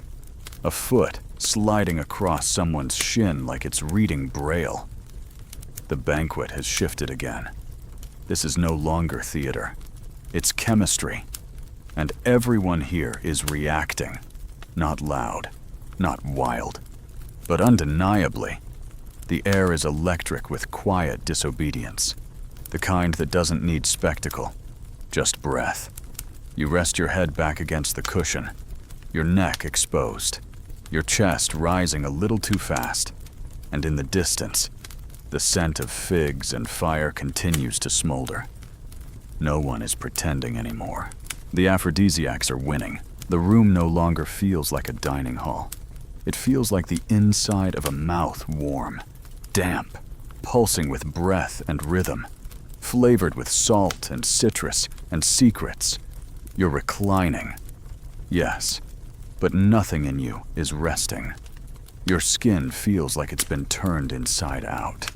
Every breeze, every passing ankle, every sigh that escapes another guest's lips brushes across your nerves like a feather dipped in heat. And that's exactly what's happening across the room. A young man lies flat on his stomach, while two musicians, naked, but for strands of bells around their ankles, use actual feathers to brush verses of erotic poetry onto his back. He doesn't squirm. He shivers. The feather touches are paired with whispers, each line delivered not to the whole room, but into the ear of a single guest, forcing them to hold the meaning in their throat, like forbidden honey. This is the moment where sound takes the lead, where music, moans, poetry, and silence start a dance that neither feet nor hips can match. A new instrument enters a double-piped flute, played not by the expected youth in the corner, but by a tall woman with a hawk-like nose and gold-threaded hair. Her fingers move delicately, her eyes scanning the room like she's orchestrating not music, but mischief. The sound is high, breathy, coaxing. You feel it tickle your chest. A flute was not a neutral instrument in Roman times. It was erotic by nature. Its sound was soft, intimate, made by blowing and tonguing and breathing into it in ways that mirrored the very acts it accompanied. It was used not in temples or battlefields, but in bedrooms, bathhouses, and feasts like this, where seduction didn't begin with a glance, but with a sound. The poet, never far from center stage, steps forward once more and recites a line you will not forget. The mouth opens to speak, but only music makes the body listen.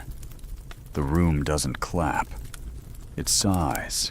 You realize how quiet it's gotten, not from stillness, but from attention. Everyone is listening now, and not just to the flute or the poet, but to each other. The wet slip of a tongue against a goblet rim, the creak of a couch as someone shifts, revealing more thigh, the hum of lips brushing an earlobe, a wrist, a promise. Even the silences are charged. like each unsaid word is a drawn bowstring. You sip your wine again, and it sounds like thunder. The courtesan leans close, and instead of touching you, she hums. Just a single note. Soft, low. It settles into your chest like a pebble dropped into a pool. You look at her. She smiles. It's not what you hear, she says. It's where it lands. You begin to notice it everywhere. Two men in the corner tapping out rhythms on each other's forearms with olives and a bronze spoon. A woman whispering the Iliad, not the war parts, but the soft parts, Achilles dreaming of Patroclus, skin to skin beneath the shield of night. Another pair hum in harmony, their foreheads pressed together, eyes closed, as if music alone could keep them warm. Historians still argue whether the erotic use of sound in Roman banquets was deliberate or coincidental. Some point to surviving flutes, lyres, and poetry fragments as evidence of sensory manipulation. Others claim it was just a side effect of the setting the wine, the closeness, the loosened lips. But sound has always been a seducer, and tonight it is master of the room. A guest begins tapping the rim of their goblet rhythmically. Another joins, and soon the table itself is a percussion ensemble. The clinking of metal on glass, mimicking heartbeats. You feel yourself sink to it. Thump, tap, thrum. A cadence of curiosity. Then, the poetry returns. But this time, it's your turn. The courtesan hands you a fragment of parchment, the ink still wet.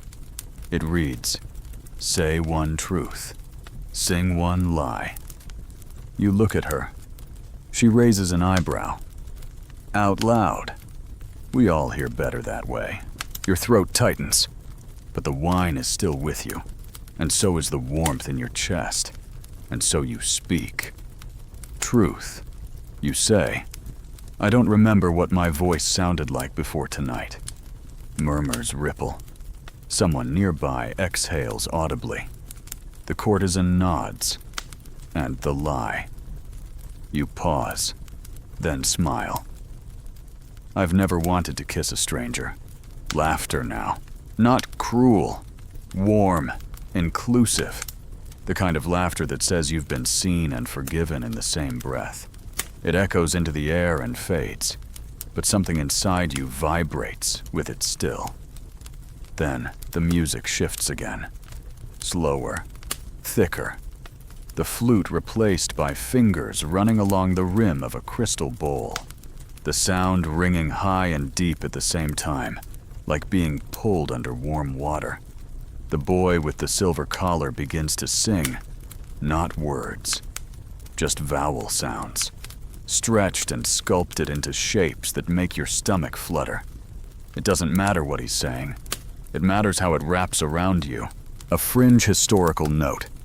Some Roman banquets included hired moaners, performers whose sole task was to emit vocal pleasure in a way that encouraged others to drop inhibition. They didn't act, they evoked, and the guests would respond, mirroring tones, echoing rhythm, until the room itself became an instrument. That's what's happening now. One woman moans softly, not dramatically, just enough to let it land. Another follows. Then a low hum from a man whose face is buried in someone's shoulder. The poet breathes a line.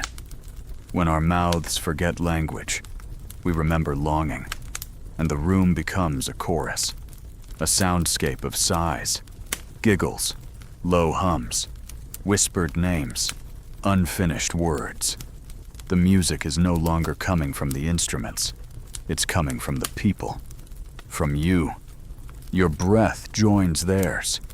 Your skin responds to theirs. You are no longer an observer. You are a note in the song.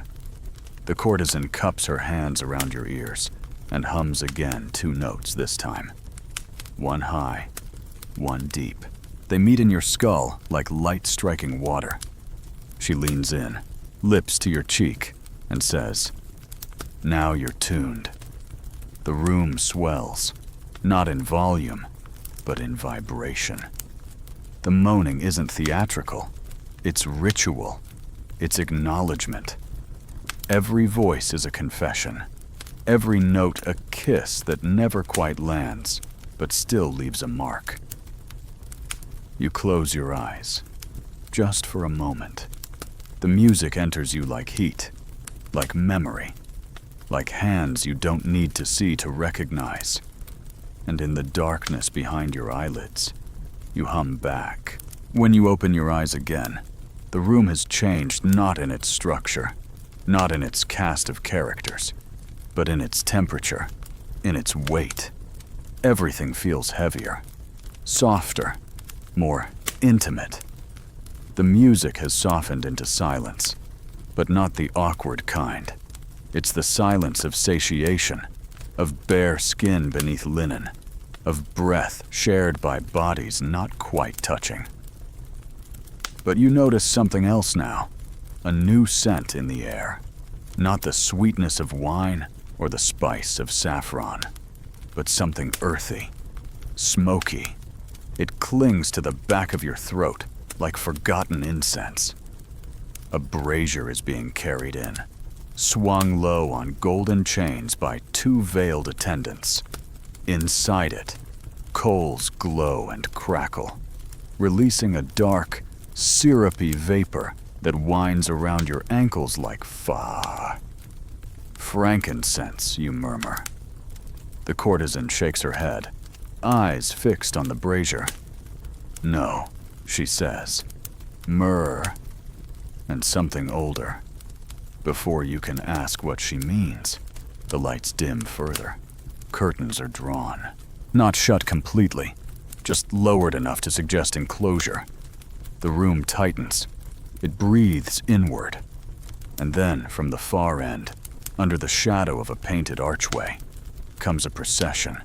4 figures, veiled in black gauze, carrying a small altar draped in ivory silk. Upon it a mask, a bundle of dried herbs, and a wreath made of cypress leaves. The guests hush not from command, but instinct. Something is shifting. The air feels thinner. The courtesan straightens beside you. Don't speak, she whispers. Just feel. You obey. The altar is placed in the center of the room, and the veiled figures begin a slow, circling movement, their hands weaving through the air like they're spinning threads from smoke. Someone starts to sing again, but this time it's not erotic. It's mournful, a low, keening sound that skims the bones and settles in the teeth. You're no longer in the world of flirtation and feasting. You've entered the realm of memory and grief. Tonight's theme, it seems, is not just pleasure, but its shadow. Because Romans, in their infinite contradictions, knew how to mourn erotically, knew how to blend loss with longing, and ache with arousal. They called it Letitia post luctum, joy after mourning, and sometimes mourning inside joy. The ritual unfolding before you is not public, yet not hidden. It's for the dead, but also for the living, and perhaps for those in between. A woman steps forward, unveiled, clad in dark red silk. Her wrists are bound loosely with golden thread. She approaches the altar, kneels, and removes a ring from her finger, placing it beside the mask. Then, with astonishing tenderness, she kisses the mask on its forehead, its lips, its cheek, as though it were not clay, but flesh. She stands, turns to the room, and speaks a name. Just one name. The room holds its breath. No one asks who he was. They all understand. This is not a performance. This is communion, In ancient Rome, there were rituals some whispered about, some recorded, in which mourners engaged in erotic feasts not to dishonor the dead, but to honor life itself, to affirm desire in the face of loss. There are stories half-believed of women who made love atop tombs, of men who sang to the ashes of lovers until their own voices cracked. There were mourning orgies held by certain cults, particularly those of Dionysus and Isis, where grief and ecstasy coiled together like ivy and flame. Historians still argue whether such rites were widespread or exceptional. But in this room, right now, it feels not only plausible, it feels necessary. The veiled dancers begin again, but slower, their bodies moving like smoke through grief. One lifts a goblet and pours its contents not onto the floor, but onto her own bare shoulder, letting it trail like tears. Another kisses a fig and leaves it on the altar, a bruised offering. The guests watch, some with reverence, others with something deeper, regret, maybe recognition. The courtesan has gone still beside you. She closes her eyes. Her hand slips from yours. You don't stop her. You understand. This is her moment. 2. Across the room, 2 men embrace. Not passionately, not dramatically, just with a kind of aching stillness that says, "We were here together once, and now we are again, even if it's only for this breath." The woman in red walks among the couches, touching shoulders, brushing hair back from brows, murmuring blessings or remembrances in a language you don't recognize. When she reaches you, she doesn't speak. She just places something into your hand, a dried rose petal, still faintly scented. And then she moves on. The poet, perhaps sensing the shift, stands again not with a flourish, but with humility. He recites a fragment of Catullus. "I loved you once, and perhaps I love you still, though the fire now burns in smoke." No one claps. A few weep, quietly, without shame. A quirky detail: Roman widows were known to keep the scent of their dead lovers by burning pieces of their clothing soaked in oils. It was said that the aroma could summon memory more vividly than words. That's what this room smells like now.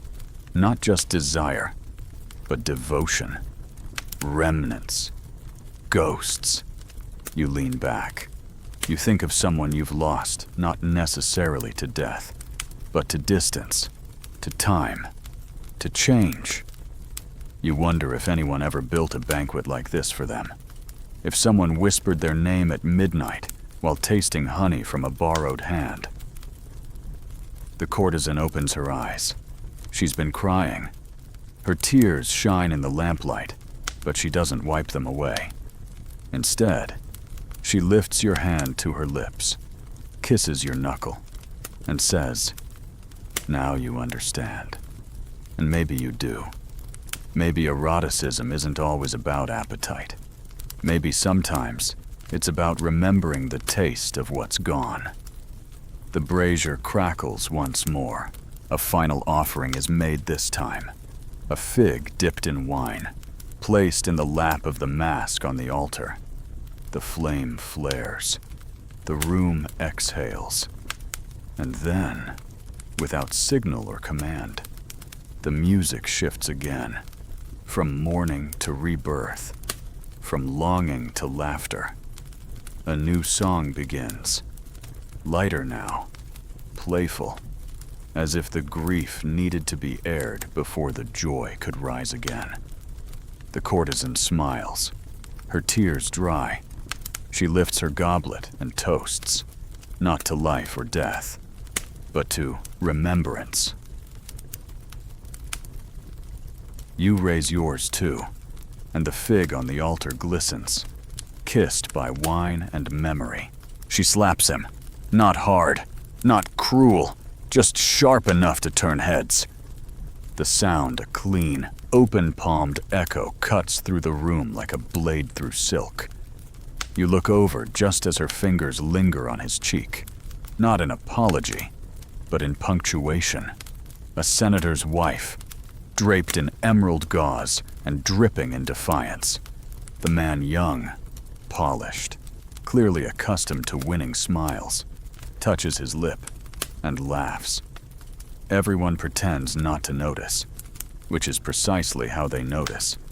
The courtesan beside you leans in. She's teaching him a lesson. She murmurs. He bragged that no woman could seduce him without taking off her robe. You blink, and she seduced him with a slap. Welcome to the other kind of Roman woman. The ones history tried to bury under marble statues and dry scrolls. The ones who played this erotic game not as prey, but as predators, as tacticians, as queens of veiled insults and unveiled ambition. And tonight, their fingers are on the chessboard. The senator's wife steps away from her victim and slides into the lap of a younger woman, a wine merchant's daughter who blushes but doesn't move. The room shifts again, this time into admiration, fear, and awe. These women don't ask permission. They demand spectacle, and they always get it. Roman women of the elite class had limited legal power, but social power. That was an entirely different arena. They couldn't vote, but they could make or break reputations with a single compliment delivered at the right time, to the right ear, with the right trace of sarcasm. And at these banquets, they played the long game. Every flick of the wrist, every whispered comment, every toast veiled in innuendo chess moves. Seduction as strategy. Even when they were expected to recline passively, they were orchestrating chaos. The courtesan nudges you. Watch her hands, she says, nodding to the merchant's daughter now being slowly undressed, not of fabric, but of hesitation. The senator's wife trails fingers along the girl's wrist, down to the elbow, then back up, circling the inside of her palm like she's reading a map. Every motion says, I control this moment. No urgency, no question, just inevitability. A toast goes up. A man raises his goblet and declares, "To the goddesses who need no temples." The room drinks, smiling behind their cups. Everyone knows who he means. These aren't your mythic Venus types lounging passively in clamshells. These are the Messalinas, the Fulvias, the women who turned desire into armor and gossip into war. One of them, perhaps a courtesan, perhaps someone's very expensive secret, pulls a dagger from her bodice and uses it to slice a pomegranate in half. Juice splashes onto her thigh. She laughs, then dabs it away with her hair. A guest swoons. She ignores him.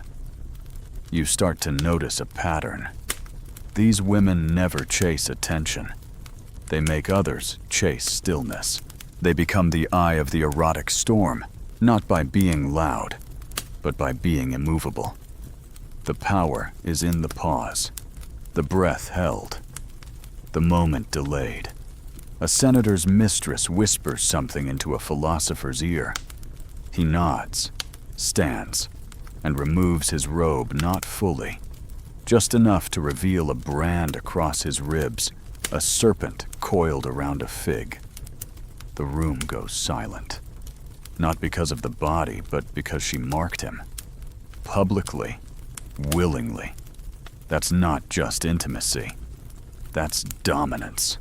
Historians still argue whether elite Roman women wielded real sexual agency or merely performed versions of it to maintain influence. Some say their power was always at the mercy of male interpretation. Others claim they used those interpretations to their advantage, spinning rumors into rope and climbing right to the top of the social vine.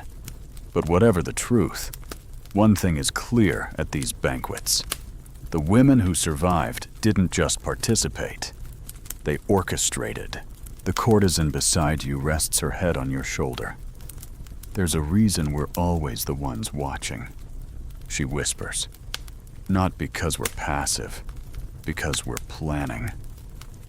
Across the room, a woman slips her sandal off and slides her foot across the shin of the host. Marcus. He stiffens not with shock, but with recognition. This is no flirtation. This is a reminder. She wants something, and she'll get it.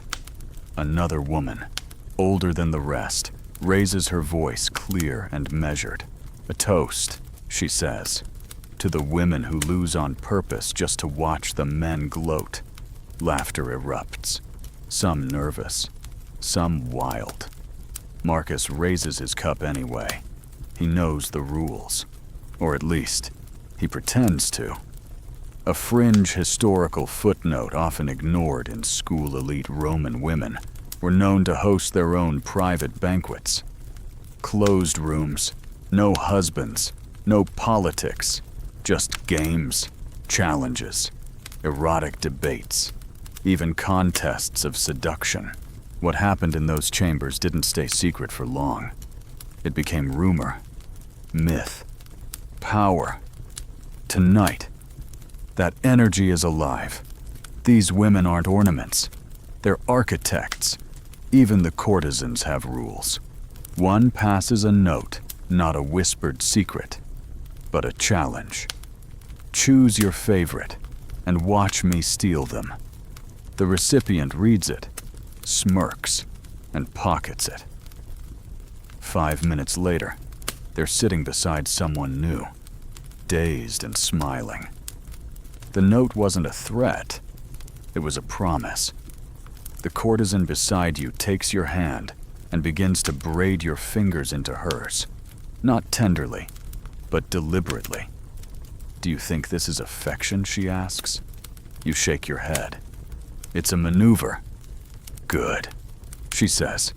You're learning. She smiles, but not at you, at a woman across the room who's watching this exchange like it's a duel. Which, maybe, it is. Someone drops a goblet.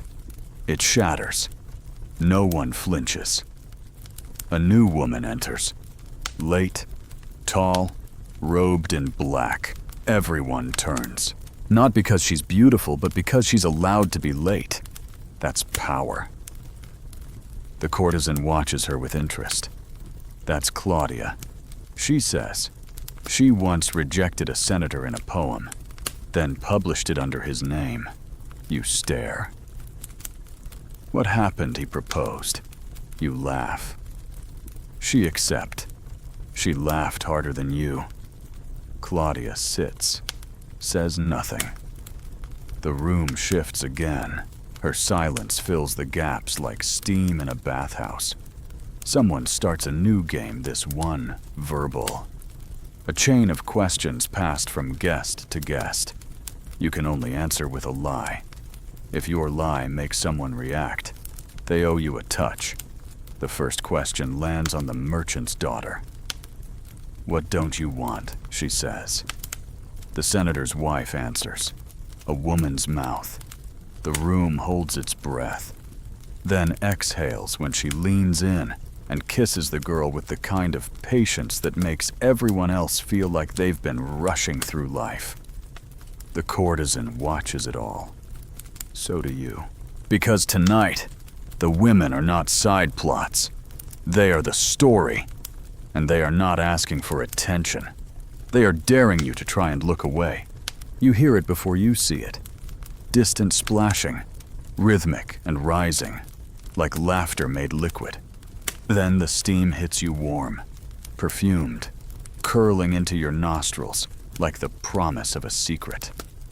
A curtain parts, and through the haze, you glimpse what lies beyond the feasting room, the therme, the bathhouse annex, half open to the Roman night sky. The transition is seamless. No one announces it. No bell is rung. No final toast. It's as if the banquet always intended to spill into water. Bodies shift. Couches empty. Robes slip from shoulders and puddle on marble. No ceremony. No shame. Just skin on stone and footsteps echoing into the mist. You rise, following the courtesan. She doesn't beckon. She doesn't need to. Her silhouette is enough. Around you, others drift toward the baths with the ease of people born to be seen. The transition from feast to bath is not retreat. It's escalation. This is where the heat of food and flirtation is tempered, stretched, dissolved into something more fluid. The air in the bathhouse is thicker, scented with bay leaves, crushed mint, and the lingering smoke of erotic herbs. The room curves inward like a womb, marble walls beaded with condensation, flickering light from oil lamps glinting off water like fireflies caught in honey. And then there's the sound. It isn't the splash of play or the silence of solemnity. It's the in-between music of gentle waves against thighs, breath echoing off tile, soft laughter muffled by mist. You step into the water. It's warmer than expected, almost too hot. But then your skin adjusts, accepts, remembers. The courtesan slides beside you, her hair coiling on the surface like ink. She doesn't speak. Neither do you. Words feel unnecessary here. The language is movement. Across the pool. Two women are massaging each other's shoulders with crushed petals mixed into oil. The scent carries. Nearby, a man reclines against the stone edge, his head tipped back, while another guest gently pours water over his chest from a bronze ladle, again and again, like a blessing. You glide past them, not out of modesty, but instinct. You're not part of their ritual. You're part of your own now. The bath is not just a bath. It's a recalibration, a place where masks melt, where the drama of performance becomes the intimacy of proximity. No costumes, no jewels, no layers, just steam and skin, and the strange, suspended knowledge that in this moment, you are utterly human and entirely divine. A fringe detail not taught in textbooks. Roman baths, especially during private feasts, functioned as erotic intermissions, a space where tensions built over dinner could be explored, teased, or silently resolved in silence or submersion. Sometimes they were the site of proposals, sometimes duels, more often. Whispered confessions and gentle transgressions, lips brushing collarbones, hands drifting below the waterline. The courtesan takes your hand and guides it to a basin floating beside you. Inside clay, warm and soft. Make something, she says. You stare. Why? Because sometimes touch is memory, and memory needs shape.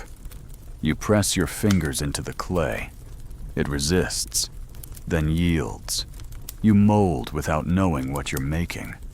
A curve, a dent, maybe a vessel, maybe a face.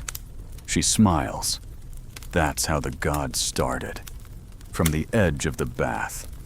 Music begins again, but softer now. A lyre, played slowly, plucked like a secret between lovers. The notes land on the water's surface and ripple outward. You're not just soaking, you're steeping. Stories swirl around you.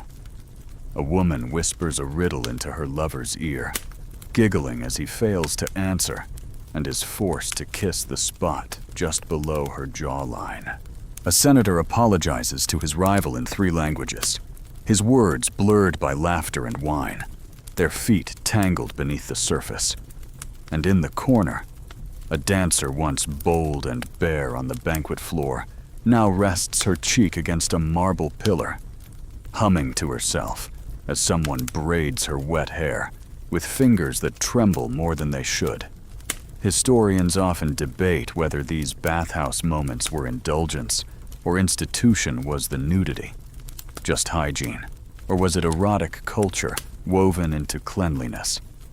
The answer, as always, lies in the layers, because here, bodies are not just bare, they are offered, not for conquest, but for witness.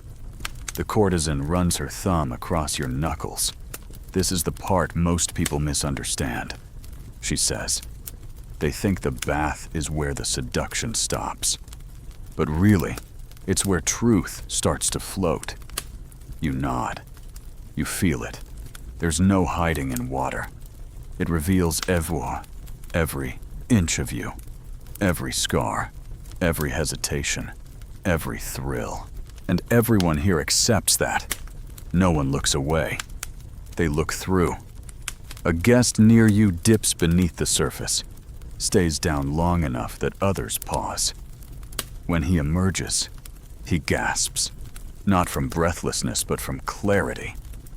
He laughs, wiping water from his eyes, and says, "I remember now." No one asks what. Everyone understands. The poet wades in next, trailing a scroll in one hand. "Read to us." Someone teases. He shakes his head. No more words tonight. He tears the scroll in half, lets the pieces float. They curl like seaweed, dissolving. Everyone claps, not for the drama, but for the surrender. The bath isn't about performance anymore. It's about what remains when the costumes have melted. The masks have steamed away. A woman glides past you, eyes closed, lips moving in prayer or poetry or both. Another reclines, her chest rising in rhythm with a partner's hand trailing her stomach in slow circles. There is no spectacle here, only surrender. And you let go of posture, of performance. You rest your head on the edge. The water laps your shoulders like lullaby fingers. The courtesan closes her eyes. "Tomorrow," she whispers. "This will feel like a dream you almost remember." You smile, because she's right. Even now, part of you doubts where you are, but the steam kisses your collarbone again, and it doesn't let you forget. He hasn't moved all night.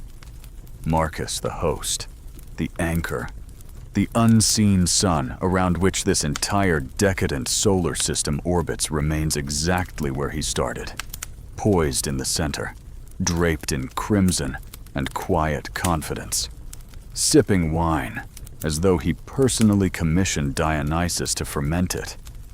You've watched him through laughter, through feathers, through steam and oil and silence. He hasn't blinked out of rhythm once. But now, something changes. A glance, a hand gesture, the smallest flick of his fingers, and suddenly, the room contracts again, like a lung preparing for its final exhale. The guests shift, subtly. The performers disappear into the silk-lined shadows. The laughter fades, not abruptly, but like a candle winding down to its last flicker. The bath glistens behind you, emptying. Wet footprints curve across the floor like the ghost tracks of a myth you're still inside. The courtesan presses her lips against your shoulder, not as a kiss, but as a sign. It begins again. Because Marcus has a plan, he always did. And tonight wasn't just about decadence. It was about arrangement. You feel it now, the careful orchestration of the entire night. The wine that loosened the truth. The dice that scattered desire. The music that softened defenses, the touch, the oil, the steam, the silence, all of it leading to this moment. The unveiling of the host's hidden agenda. You're seated again now, dry but tingling, on cushions that feel warmer than before, not with heat, but with history. Around you, others have taken their places. No more wandering, no more games.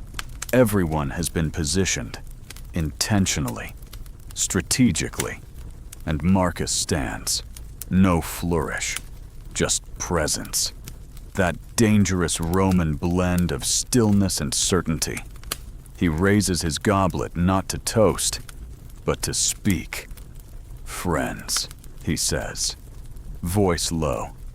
What is more powerful than pleasure? No one answers. They know better.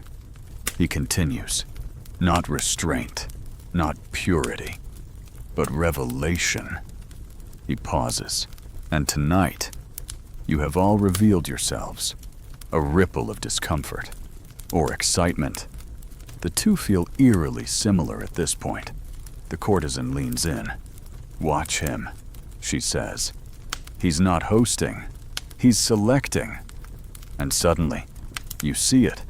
Marcus isn't celebrating, he's curating. This wasn't a party, it was an audition. And everyone here offered a piece of themselves willingly, playfully, erotically. But some offered more. Some crossed invisible thresholds. Some lost control, just enough to be useful. Because in Rome, pleasure was political, desire was leverage, and nothing fueled ambition like intimacy turned into gossip.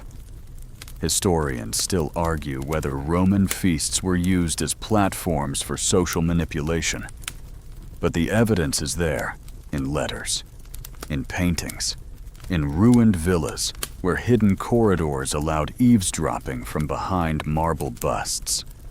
What you said with a goblet in your hand might resurface in a Senate vote.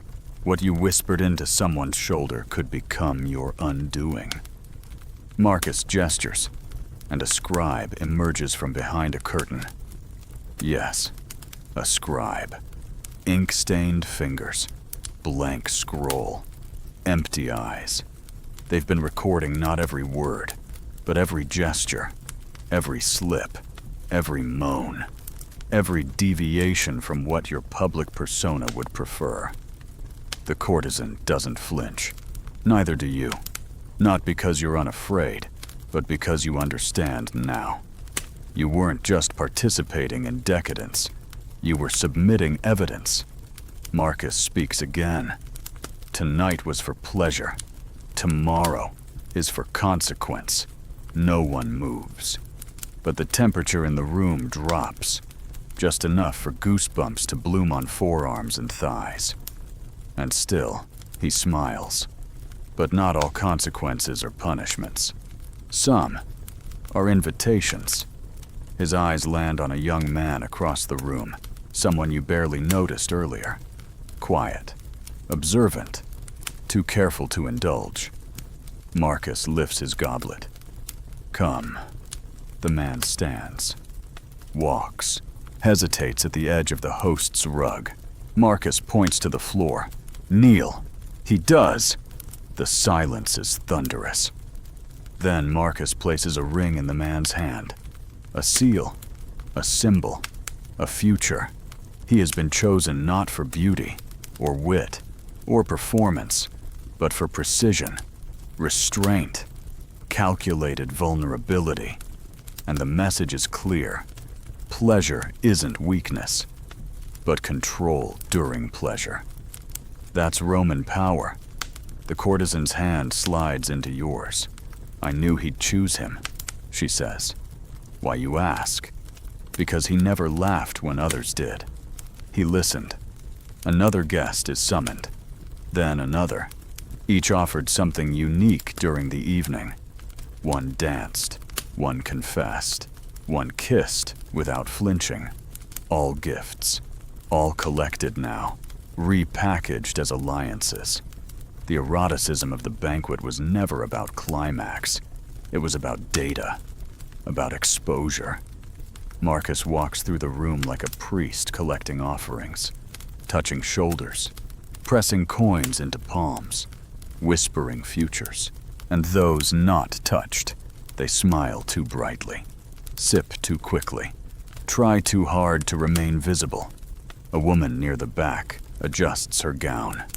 Too late. A man repours his wine, though no one asked. They've missed their mark. The banquet gave them a chance. They performed, but not correctly. The courtesan whispers, "You gave too little. You're forgettable. You gave too much. You're dangerous, but give just enough, and you're remembered." You glance at her. Which one are you? She smiles. I was never playing. Then she rises, walks toward Marcus, stops, doesn't bow, just waits. He turns, and for the first time all night, his face changes. Surprise, maybe even a flicker of concern. She leans in, whispers something. He nods, and just like that, the dynamic shifts again. Marcus may rule this room, but she owns a piece of him no one else sees. The ultimate maneuver, the hidden queen. A fringe note from scholars who've studied Roman power rituals. Certain elite hosts kept shadow guests at their feasts, individuals who attended without title or introduction, whose presence wasn't acknowledged publicly, but whose influence was absolute. They whispered into the host's ear. They changed the trajectory of the evening with a single raised eyebrow. You wonder now, has the courtesan been one of them all along? You watch as she walks away, not back to you, but out of the room entirely. No one stops her. No one dares. Marcus clears his throat. "We end," he says, not with pleasure, but with possibility. He lifts his goblet one final time, to those who dared, and to those who learned what not to show. You raise your cup, not in agreement, not in submission, but in understanding, because tonight wasn't about seduction. It was about selection, and whether you were chosen or not, you'll never leave this room the same. The wine is gone, the steam has settled, but your name, your movements, your moans, they belong to history now, or worse, to someone else. They strip in the streets. You're told this before you see it, and it sounds like exaggeration, like another outrageous Roman rumor meant to scandalize or amuse. But then you turn the corner, and there it is, tunics tossed into the air like flower petals, laurel crowns abandoned on statues, sandals swinging from wine-soaked fingers. It's Saturnalia. And suddenly, everything you thought you knew about Roman order dissolves in one bright, chaotic burst of inversion.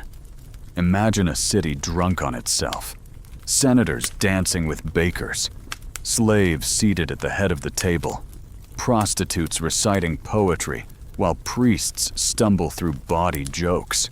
The streets are thick with music, not just the formal kind played on lyres and flutes, but drums, stomps, claps, and voices, so many voices, layered and cracked with laughter. No gods are safe from mockery. No law is immune to parody. Everything gleams with the sweat of excess. You're not at a banquet anymore.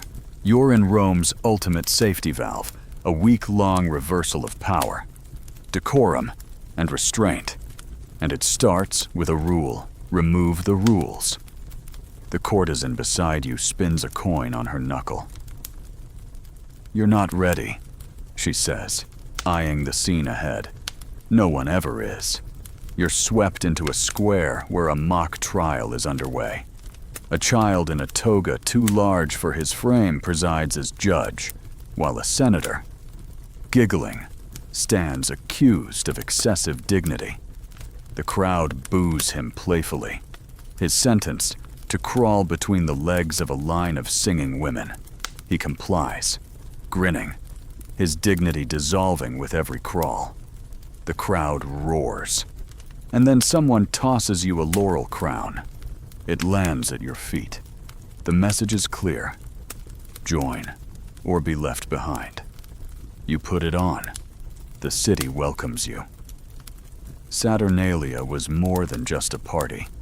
It was ritualized madness, a structured release, a purge.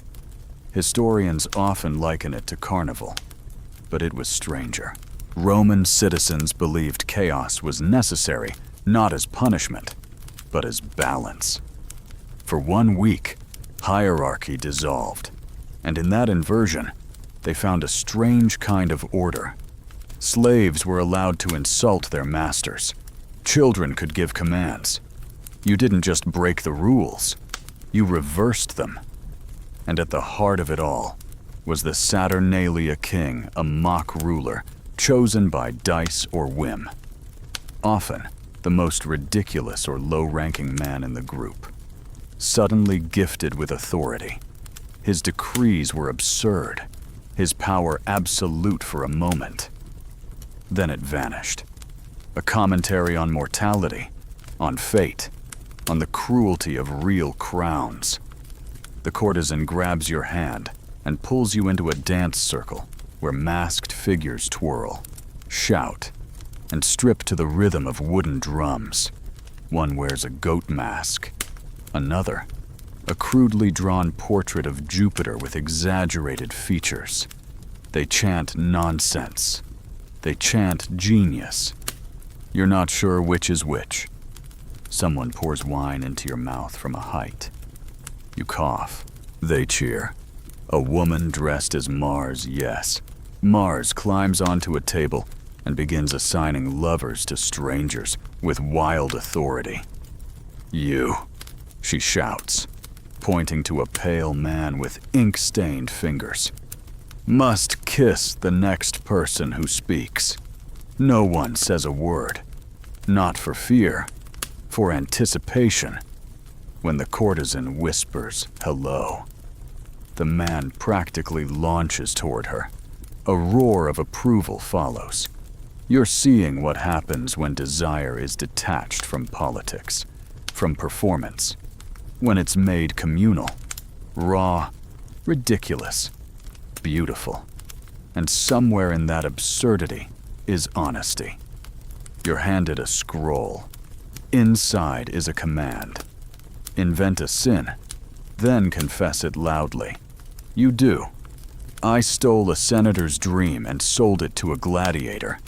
The crowd explodes. They believe you, or they want to. In Saturnalia, truth is negotiable. Only joy is real.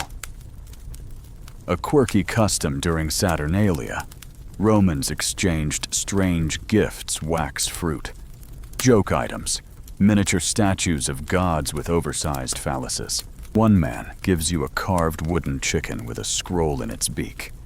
It reads, "May your desires remain unruly." You don't question it. It fits the mood. You begin to understand the deeper function of the chaos. This isn't just excess. It's therapy. The entire social body is exhaling. A loud no, required to be ridiculous. To desire without strategy. To touch without calculating consequence. It's not about losing control. It's about remembering you ever had it. The courtesan throws her arms around a passing stranger and shouts, "For this week, I own the moon." He kisses her hand. "Then I'll be your tide." Somewhere, someone sets a table in the street. Bread is broken. Figs are passed. 2 men pretend to duel with sausages. A child declares himself the reincarnation of Hercules and challenges a goat to a race. The goat wins. Everyone cheers. Later, as the sun dips low, The city takes on a golden glow, soft, forgiving, like it knows what happens here will be forgotten in daylight, and loves you more for it. The courtesan lies beside you on the grass near a public fountain, head tilted toward the stars that haven't appeared yet. They'll take it all back soon, she says. Tomorrow will be proper again. You nod. Do you want that? She turns her head slowly. Want has nothing to do with it. That's the point. A man walks by, wearing nothing but a painted chest and carrying a lute. He strums a single note and declares, "Everything I regret, I learned in restraint. No one corrects him." They applaud. You begin to feel the boundaries melt, not just between roles, but between stories. The masks worn tonight are honest in a way the faces beneath them never dared to be. You're no longer a guest of a host. You're part of a city shedding its skin, moaning into its reflection, howling joyfully into the void. Even Marcus appears, not in robes, not in gold, just bare-chested, barefoot, carrying a basket of fruit, handing pears to strangers with a grin that finally touches his eyes. The courtesan watches him pass. Even kings need to be fools, she says, or they go mad pretending they never were. You rest your head on her stomach. What happens when it ends? She strokes your hair. You forget. And then one day you remember again. Maybe during a kiss, maybe in a dream. The city spins, louder now. Music surges. A man jumps into the fountain. A woman follows. A cheer soars. And all of it, every kiss, every shout, every absurd proclamation feels like something sacred dressed in laughter. Saturnalia doesn't end with closure. It ends mid-laugh, mid-drink, mid-kiss. Because that's how all the best truths leave you wanting just a little more. Knowing you'll never get it. And loving that fact like it's a god of its own. There's an olive between your teeth, and someone's watching you chew it. Not with hunger exactly, but with curiosity. Their head tilted, their gaze tracking your jaw like they're trying to memorize your bite. It's not even sexual, not directly. It's analytical, reverent, unsettling. You swallow slowly. They smile. You move like a game piece. They say, "Do you know what's being played?" You don't answer. Not because you don't know, but because you suddenly suspect the answer is you. That's how this new game begins. Not with dice, not with cards, but with bodies. Arranged, rearranged, repurposed. You're in a circle now, 9 guests seated in a ring. Their clothes a little undone, their hands resting too casually on thighs that aren't theirs. At the center of the circle, a bowl of olives and a small, painted wooden disc. On one side, a fig leaf. On the other, a flame. The courtesan stands to the side, smiling like a woman who already knows how this ends. "We play the board of flesh," she says. "You spin, you land. You play your part." She tosses the disc. It flips once, twice flame. The person to your left removes a ribbon from around their wrist and ties it gently around the neck of the person across the circle.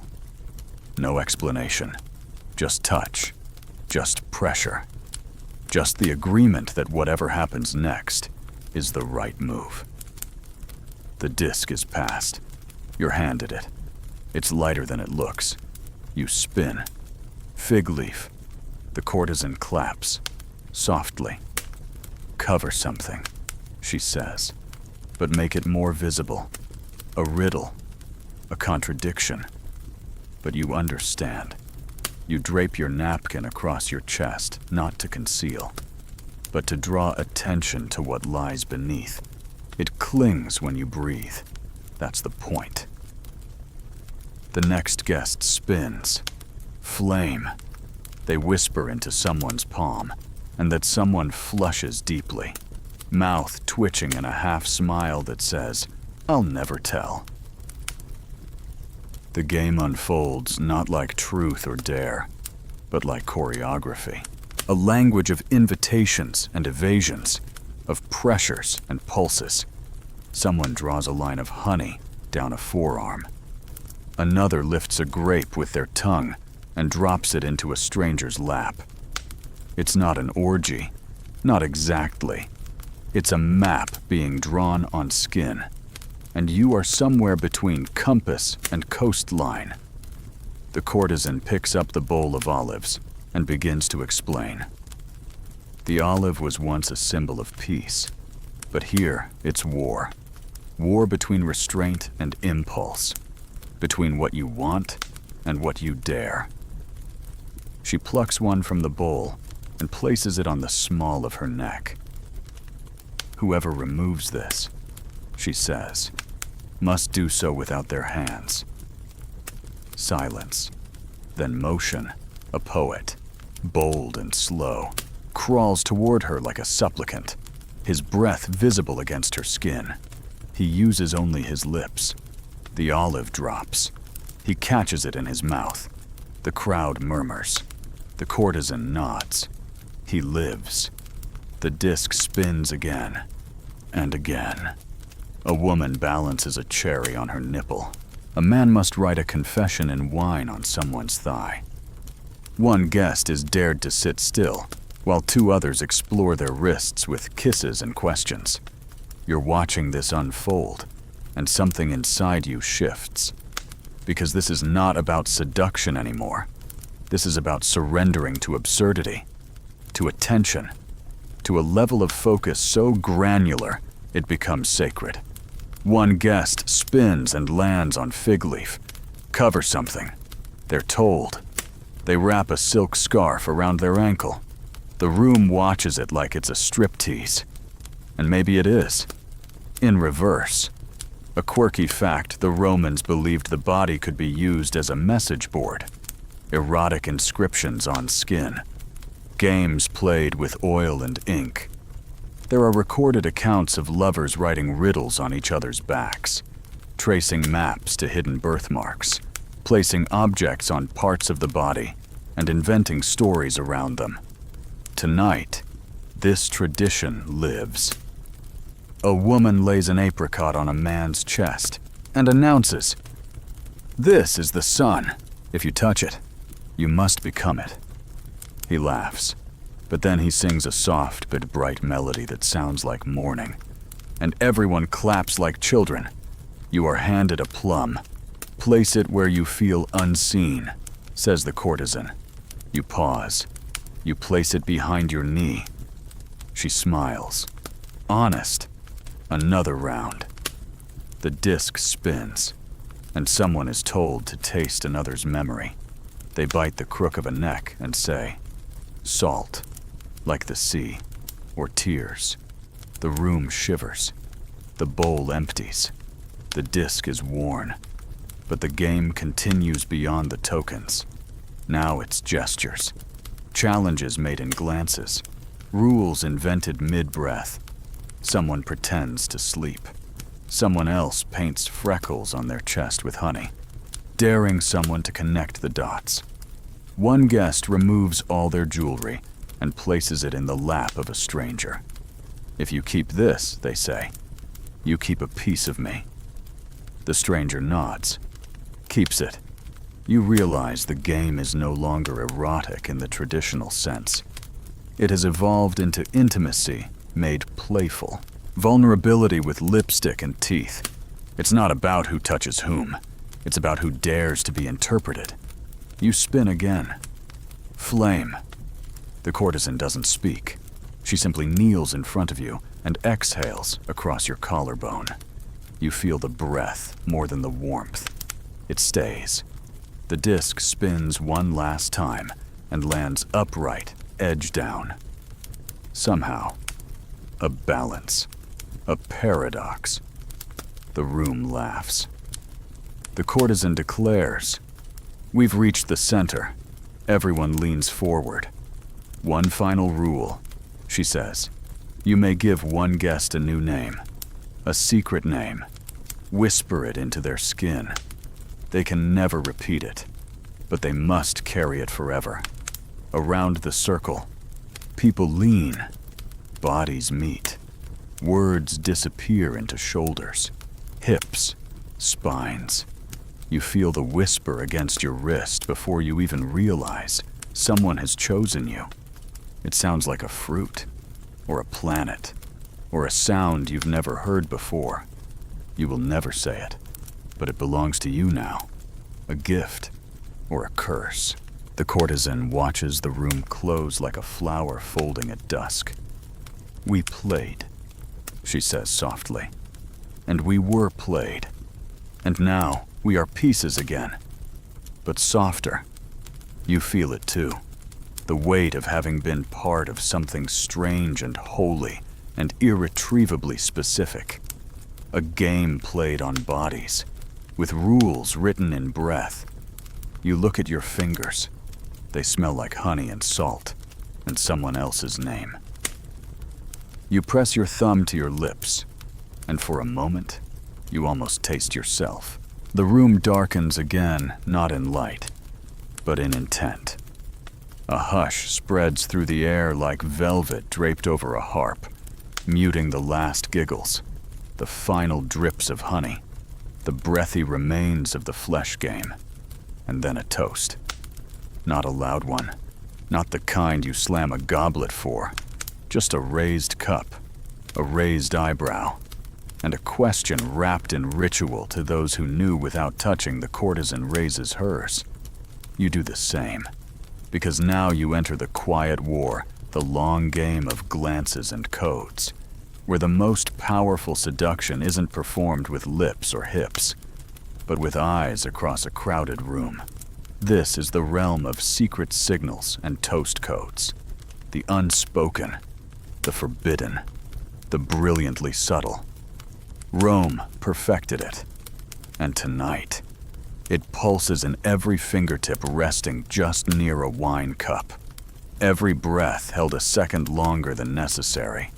Every clink of ceramic with a rhythm just off enough to be noticed. You're seated again, more upright now. The atmosphere has coiled tighter, the heat exchanged for tension. Not fear, not yet. Anticipation. Across from you, a man you don't know lifts his cup, turns it twice in his hand, then sips without swallowing. A simple motion, but the courtesan leans in and whispers. He's telling the person to his right that he remembers. You glance. The person to his right flushes slightly. She sips in reply, left hand only, meaning, "I wanted you, too." Welcome to the unspoken language of seduction. A toast is never just a toast. The direction of the sip, the pace, the placement of the fingers, the angle of the gaze, all of it speaks. The Romans had entire lexicons, invisible ones, passed like heirlooms through generations of bored aristocrats and clever courtesans. A toast without eye contact meant regret. A toast with a pause before drinking. A challenge. Drinking from the opposite hand than usual. A memory. You realize now how many messages you've missed tonight. How many eyes flicked past you, not in dismissal, but in invitation. A woman across the room lifts her goblet to her lips and closes her eyes before sipping. She's dreaming, the courtesan says. Of what? Of who? A man circles the rim of his goblet with his index finger, then holds it to the candle flame before sipping. That, she whispers, means he's marking his desire, making it visible. Someone better answer. They do. A younger guest mirrors the move, but touches the rim with their tongue first. A bolder signal. A challenge returned. Historians have tried to catalog these gestures, but most of them remain rumors, fragmented notes in the margins of letters, whispers in court transcripts, half-erased graffiti scrawled into marble dining rooms. Some scholars believe these codes were part of a larger erotic economy, allowing discretion in environments where overt expression was dangerous.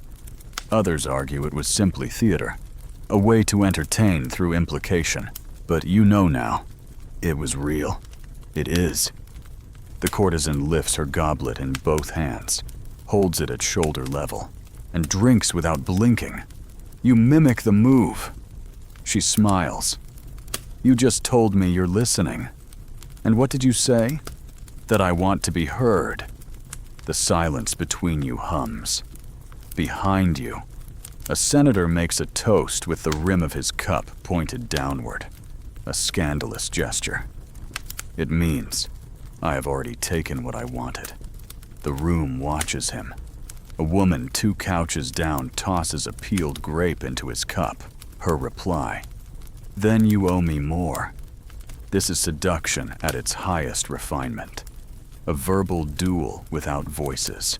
A flirtation that happens in breath, in tilts, in repetitions. And it's not just goblets. Fingers tapping 3 times on the table signals. I forgive you. A napkin draped over the forearm instead of the lap. Ask again. A hand placed on the edge of a bowl before reaching for food means I'm watching you, carefully, and you begin to feel like every move you make matters. And it does. You lift your goblet. Pause. Rotate it clockwise once. That, says the courtesan, tells me you want an answer.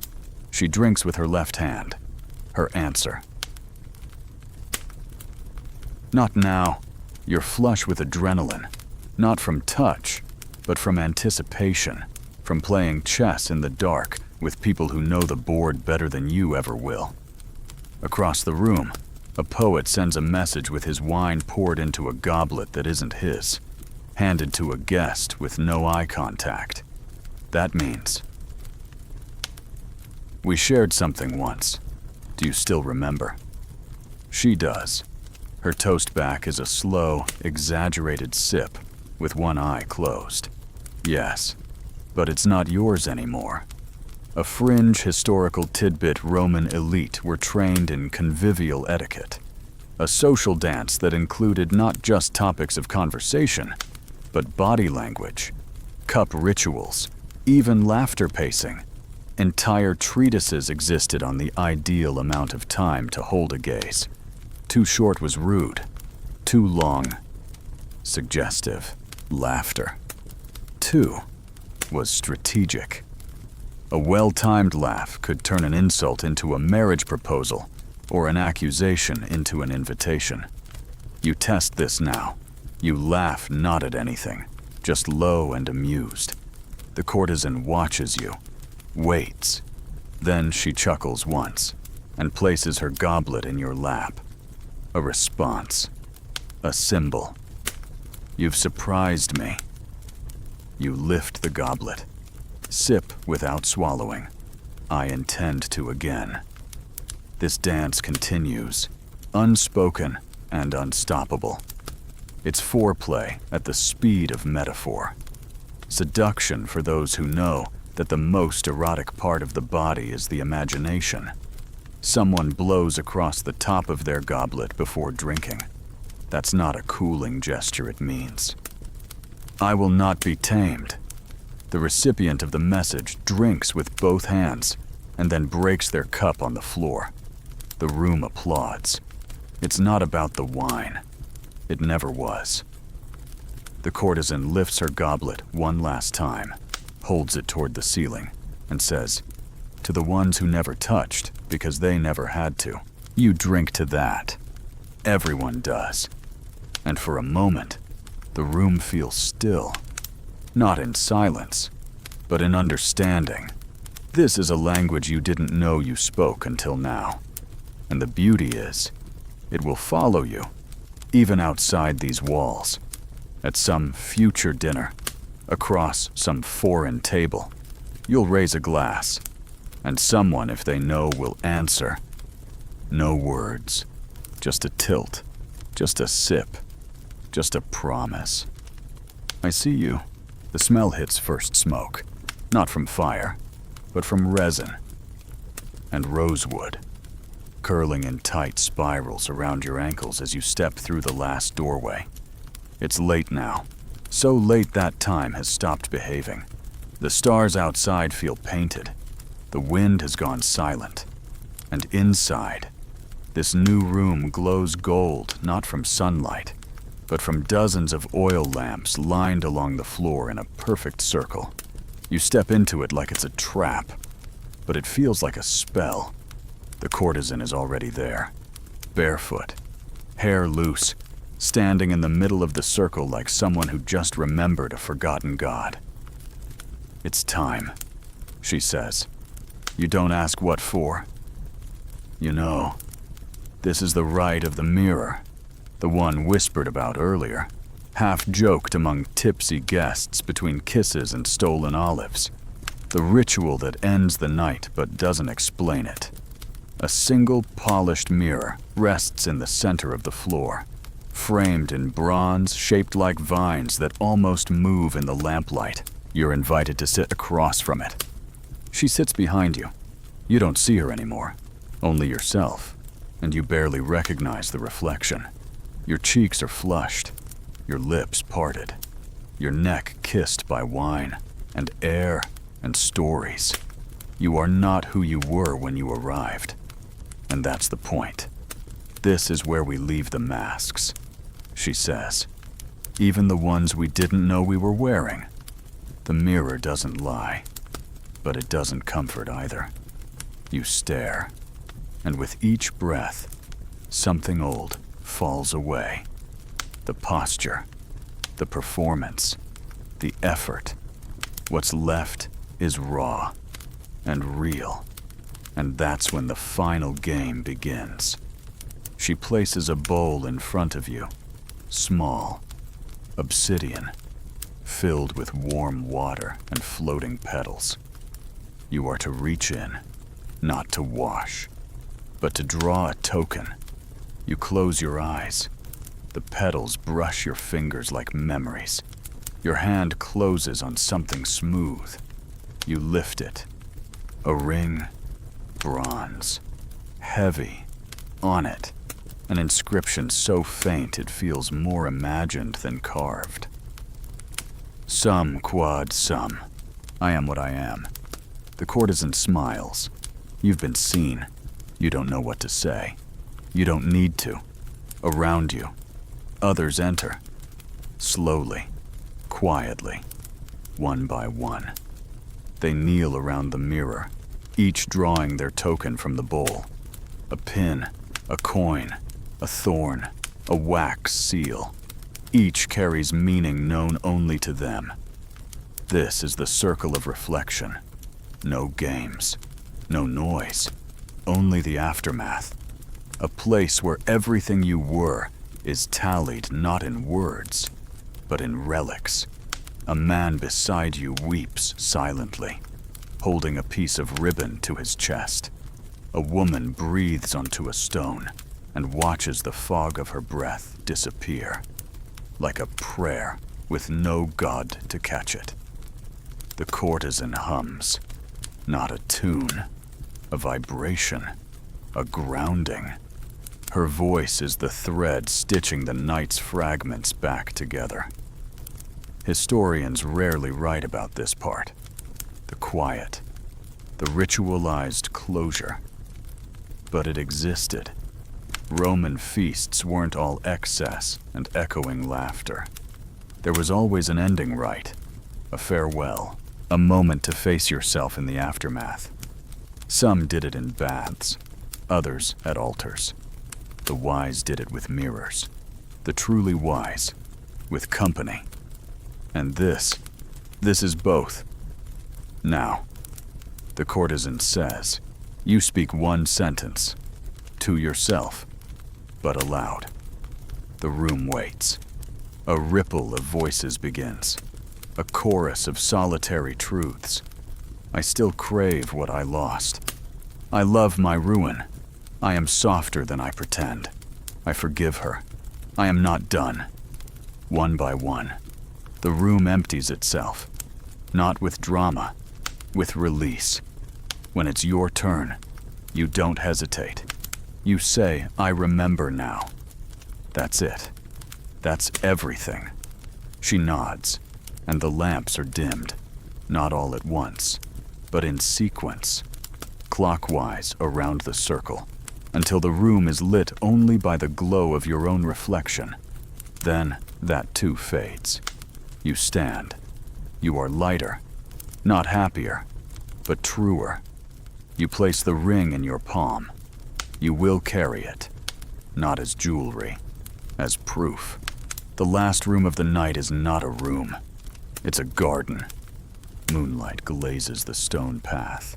Fig trees whisper.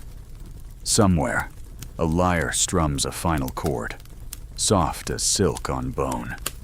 Guests pass you, no longer lovers or threats or stories, just people, barefoot, bare-souled. One smiles at you with recognition not from knowing your name, but from having watched you become someone. The courtesan is the last to exit. She turns once. You're not who you were, she says. But that was the plan. And then she's gone. The night breathes its last breath. Somewhere, in the deepest part of your mind, a question forms, was any of it real? But the answer is already in your hand. Heavy, bronze, whispering. You are. The mirror is gone. The games are over. But something in you remains spun, stirred, changed, and you carry it forward into the dark, where the night ends, but the echo lingers. You wake up with gold dust on your lips, not a metaphor, actual dust, shimmering, faint, stuck to the corner of your mouth like a memory that refuses to fade. You sit up slowly, limbs creaking like doors left open too long. You're still in the villa, though the feast is gone. The couches are bare, the fruit bowls empty, the scent of wine, oil, sex, laughter, it lingers, but only faintly, like perfume that clung to your collar overnight. The courtesan is nowhere to be seen, neither is Marcus. The musicians are silent, but the room still hums. You're alone, and not alone. Something remains. You stand. Your feet are bare. Your tunic is wrinkled. Your mind is full. And then you see it in the center of the mosaic floor. Someone has drawn a spiral in crushed fig seeds and honey. Tiny, delicate, a final invitation. Or maybe a map, or maybe a warning. You walk the spiral barefoot. Each step echoes louder than expected, not because of sound, but because of memory. Each turn is a callback.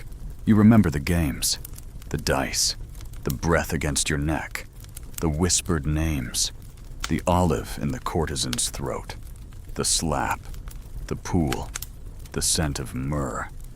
The song that wasn't music. The man who cried with honey on his hands. You remember everything now. And it hurts. Not sharply, but with longing. Because you were someone else here. And that version of you is slipping away. Step by step. As you exit the spiral and re-enter the world. This was the final act. Not seduction. Not confession, but return. And returns are cruel, because no matter how transformed you are, the world expects the same version of you it met before. But you know better. You are not the same. A figure steps into the doorway, not the courtesan. A servant, silent, They bow and offer you your sandals, polished, your ring, cleaned, a small scroll, sealed in wax, bearing no name. You open it. Inside, a single phrase. The body remembers. That's all. That's everything. You step outside. The Roman morning is crisp. Birds argue in the cypress trees. A fountain gurgles nearby, innocent and eternal. The villa behind you looks ordinary now, just a building, just stone and arches. But you know what happened inside. You know what you became, and what you left behind. The people in the streets glance at you with the polite detachment of those accustomed to indulgence. No one asks where you've been. No one needs to. It's written in the way your shoulders sit, in the way your fingers twitch, as if remembering silk, in the way your tongue lingers at the edge of your teeth, tasting for a lover's name that may never come back. A fringe Roman belief rarely discussed, they thought a part of your soul could detach during intense pleasure. Not permanently, just long enough to watch you, to record, to remember when you forget. And maybe that's what you feel now, your shadow self slipping back into you with each step, carrying with it the echoes of oil lamps and figs and whispered lies. You return home, or at least to the place that still calls itself home. You wash your hands, but the scent remains. You look into a mirror, but it doesn't flicker like the one in the villa did. You lie down, but sleep won't come, because this isn't sleep anymore. This is aftermath. The feast is over. The body is quiet, but the mind is louder than ever. You open the ring box again. The inscription is clearer now, not just sum quod sum, but something beneath it, barely visible unless held to the light. Et amplius, and more. You are what you are, and more. That was the lesson. That was the gift. You lay back, eyes open. You remember the girl who painted ivy on her thighs, the man who sang into the steam, the hands that traced secrets into your skin, the glass that told lies better than lips. You smile, not wide, just enough, because the erotic games of Rome weren't about performance. They were about preservation, not of virtue, but of experience, of the raw, unedited truth of what you feel when no one is watching, or when everyone is, and you let them anyway. That's what you take with you, not the memories, but the transformation. You are no longer only the person who walked into that villa. You are also the one who danced beside the mirror, who learned to speak with a toast, who kissed without moving, who was seen and whispered into. You are marked, even if the ink is gone, even if the oil has faded, even if the wine was washed from your lips. The ring is still in your palm, the spiral still in your chest, and the courtesan's voice.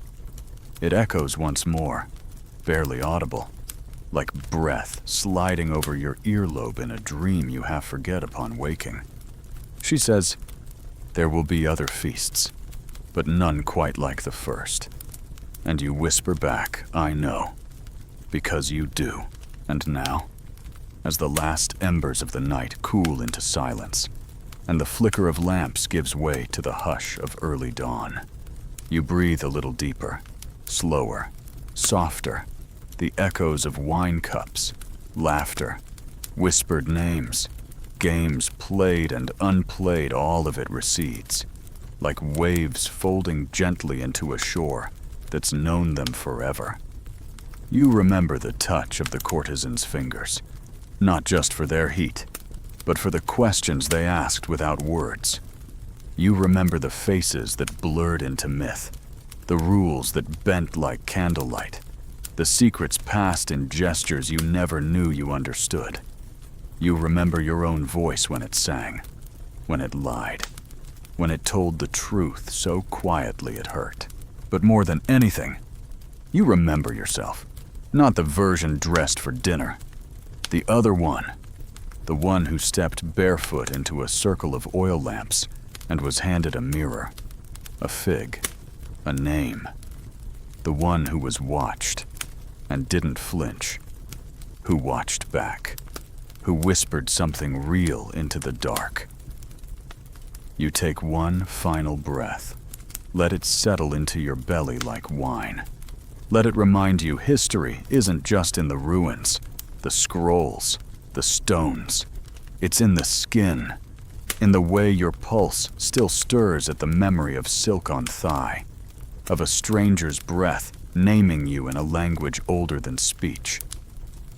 So rest now, beloved voyeur of time. Let the dust of Rome settle in your chest, where it will shimmer, quietly, long after sleep has taken you. You are safe. You are changed. And the story waits for you. If ever you care to return. End of script. Sweet dreams.